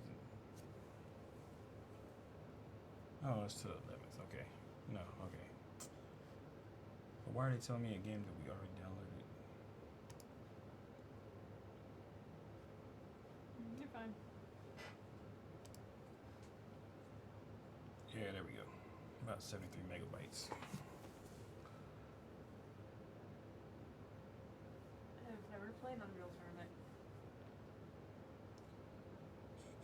Sidechain, way better. Way better. Okay. Sidechain compression. It means whenever you speak, the thing that's being sidechain gets quiet. Oh. Yeah, I thought that was already. I thought that was by default. I thought when I thought it was by hierarchy, and the things that are above automatically made the things below it duck the audio. I've never used it, so I don't know.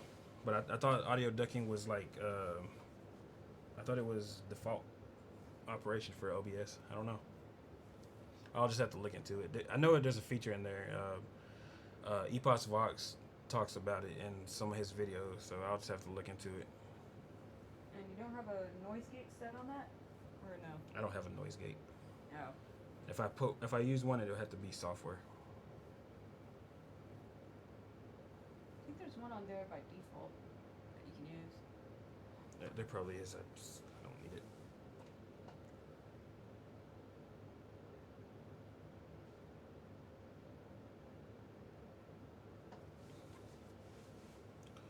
Uninstall. Well, it's getting slower. It was at 74 megabytes earlier. I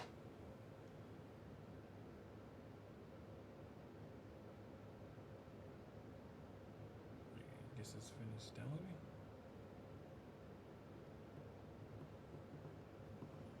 Is this still going? Yeah, it's finished And downloading. that's still going. It's still just verifying everything. You may switch it back or no? Oh, I thought it was on this. Yeah, Like, should have been back on it. Sorry guys, forgot to switch it back. yeah. Forgot to say. You didn't like me switching back and forth, that's why. You're like, no, don't touchy, don't touchy. I think it's default in Discord, but yeah, you gotta set it for OBS. I have to look into it. So is it called what do you call it? Sidechain? Is it called sidechain in OBS, or am I looking for something different? Do not change. I was gonna say, show you the setting.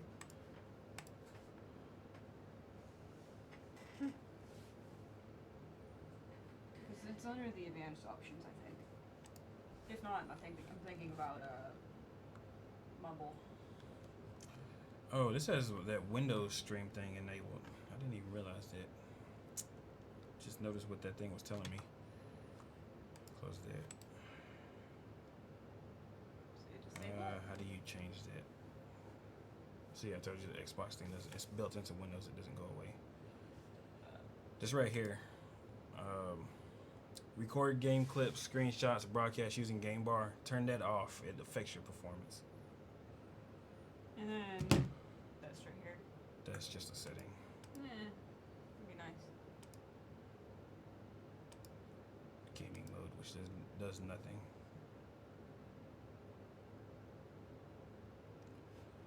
Yeah.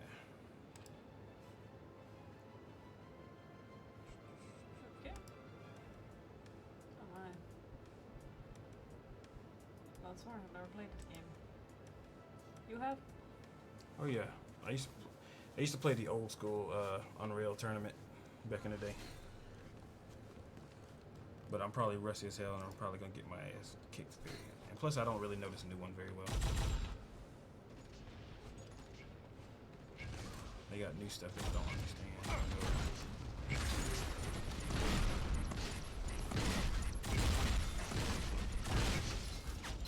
And plus, it's not. I must break you.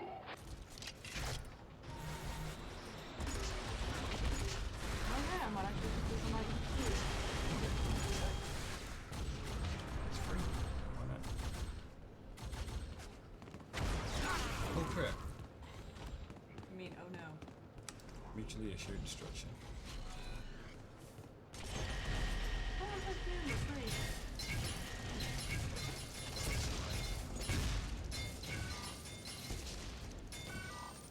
Not too different from the old one. Wow.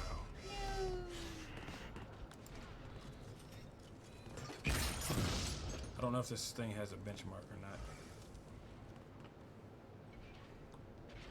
It'd be nice to know what the FPS is, right?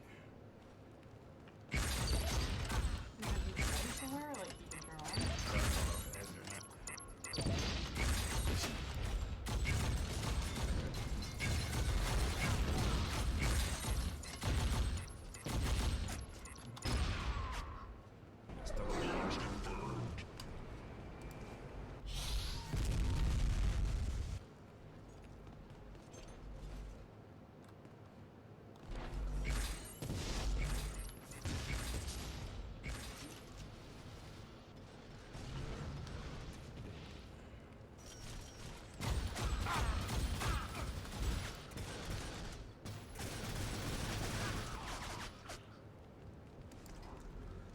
It's like I thought, getting my butt kicked.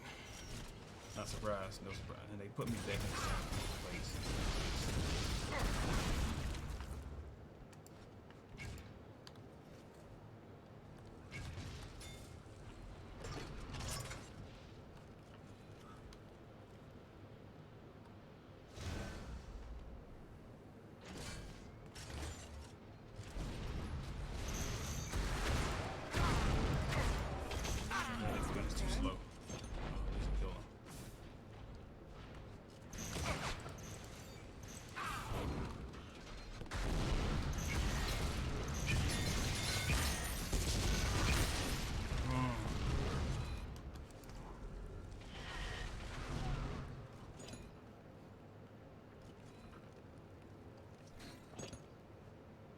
console start FPS? Start FPS. Oh, I need to type it. What you saying?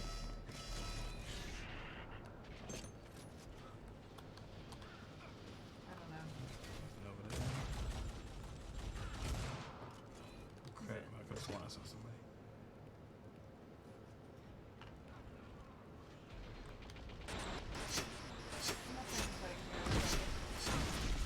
Dang it. When you die next. Okay. Oh crap.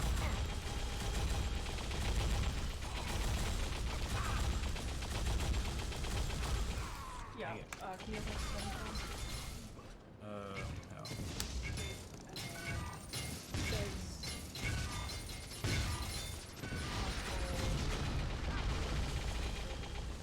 System settings.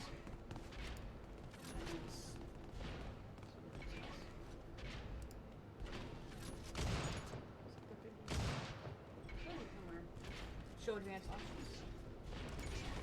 Show advanced.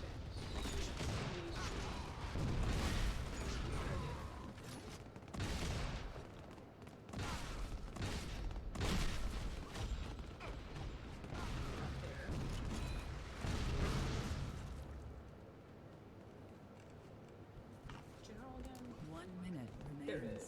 Frames.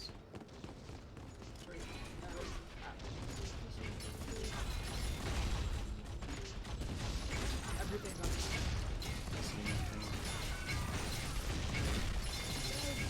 Console stack FPS. So stack. Cancel.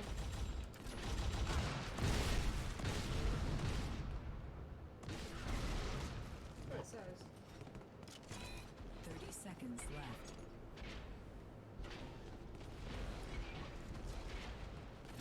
Does he ask?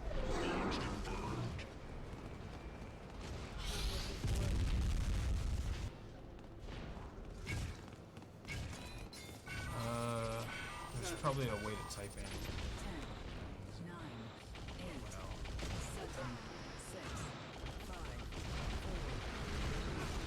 2, Okay. 1.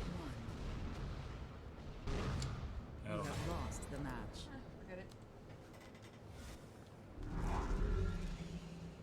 6 of 6. Woo! We were trying to figure out how to get the FPS counter to show, but I don't know, whatever.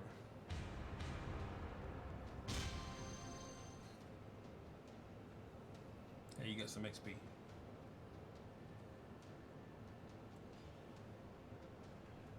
Gunny says,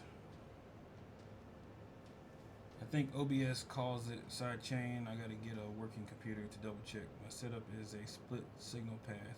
All my audio goes through Bitwig. Give me a second, I'll check. I don't know what Bitwig is either.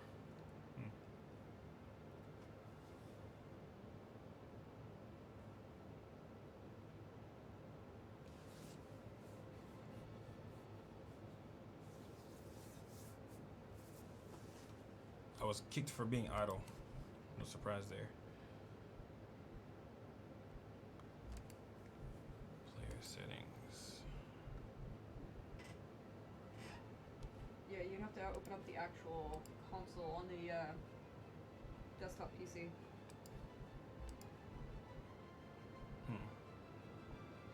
There's a way to type commands for it.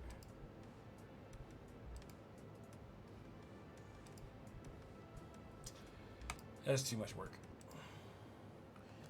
Okay, guys. The general rule of thumb here is that it works, and we got everything going.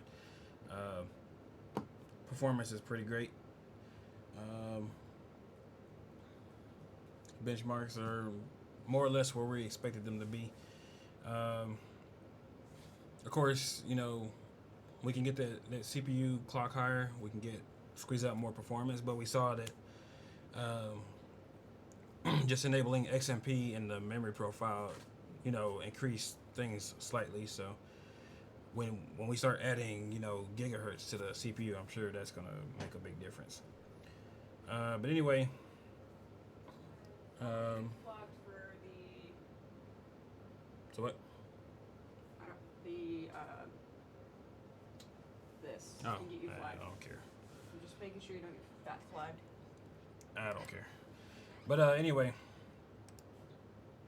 The Cyberpunk trailer. they will wrap this up because there's not really much else to show. It's just setting up the rest of the stuff on a computer. I think we're good. For the people that were wondering, curious, early in the stream when I was talking about how to sync your folders to Google, pretty quick explanation. Install Backup and Sync from Google, sign into it. It'll create a folder called Google Drive inside your user folder. So to what you'll do is you'll go to PCC users, whatever your name is, and you'll see these folders. These are your content folders. So say your desktop where it's actually where the icons are physically located. You want to move that. You're going to sync all of these, but just using the desktop as an example. Properties, location, and you'll change these folders here. You'll move this into a folder within your Google Drive. I wouldn't put it in the root. I would say, to be honest with you, I would go to the Google Drive and create a folder called Computer, and then for each object you see right here, I would create a subfolder, and then you would move these folders to that subfolder. So say you have a folder in Computer called Desktop. That means you would have to change everything before it, so it would probably be something like, and you can use the move button. You don't have to type it in, but it would be something like her name. Actually, that's where it started, right? Yeah. So it starts in there. So it would be something like Google Drive Computer / desktop. And then you would do that for each folder after you've created them, and it will. And when it asks you, do you want to move all your files? Put yes, and make sure before you click apply, make sure that you're in the specific folder. I mentioned this in the other video. If you mess up there, it will merge your folders, and you have to manually unmerge them. There's no other way. Make sure you have the right folder selected, and do that for each folder. And what it will do is when the computer boots up, Backup and Sync automatically opens. It automatically syncs all your folders to your Google Drive and vice versa. So say you don't have Bitdefender on your computer. Say you click on the wrong thing for some reason and you open a PDF, which is actually an executable, and it starts encrypting your files on your computer. Bitdefender actually stops that from happening. But if you don't have Bitdefender, what you can do is go back to Google Drive once you've cleaned your computer. Clean your computer first. Go to Google Drive, and you can pull up changes on those files, and restore your original file, so you don't have to, pay up a Bitcoin or something stupid like that. But yeah, having your files backed up to the cloud is definitely the way to go. If you don't want to do it to Google Drive, there's already a video on my channel about backing up to OneDrive. But yeah. Again, we've pretty much done everything. This is a pretty wonderful build. Looks unassuming. You would look at it and be like, "Oh, that thing's old. It's not gonna do anything." But then she'd kick your butt, playing whatever first-person shooter. That's why it's called a sleeper build. But Oh, it's pink now. turned out nice. So I'll keep you up to date if we make any other changes. If we do anything, we may or may not do an all-in-one water cooler. She may or may not do a case later. Who knows? We'll see. It's not really important. The only thing I would actually plan to do is probably upgrade the RAM, maybe. Yeah, we might upgrade the RAM. So if we do any other changes, we'll do another stream for that. But We'll do. the most important stuff is already in there. So I am up to the you switch it back to me this real quick. year.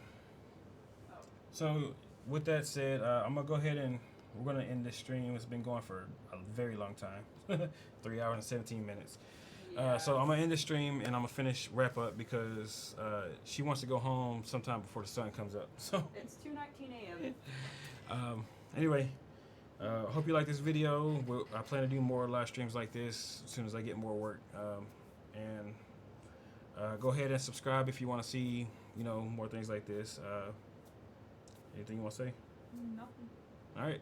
Well, we'll see you later. And you guys have a good night. Thank you though for making me an awesome sleeper build. Yay! It's awesome. Welcome to the channel. This is TechnoScope.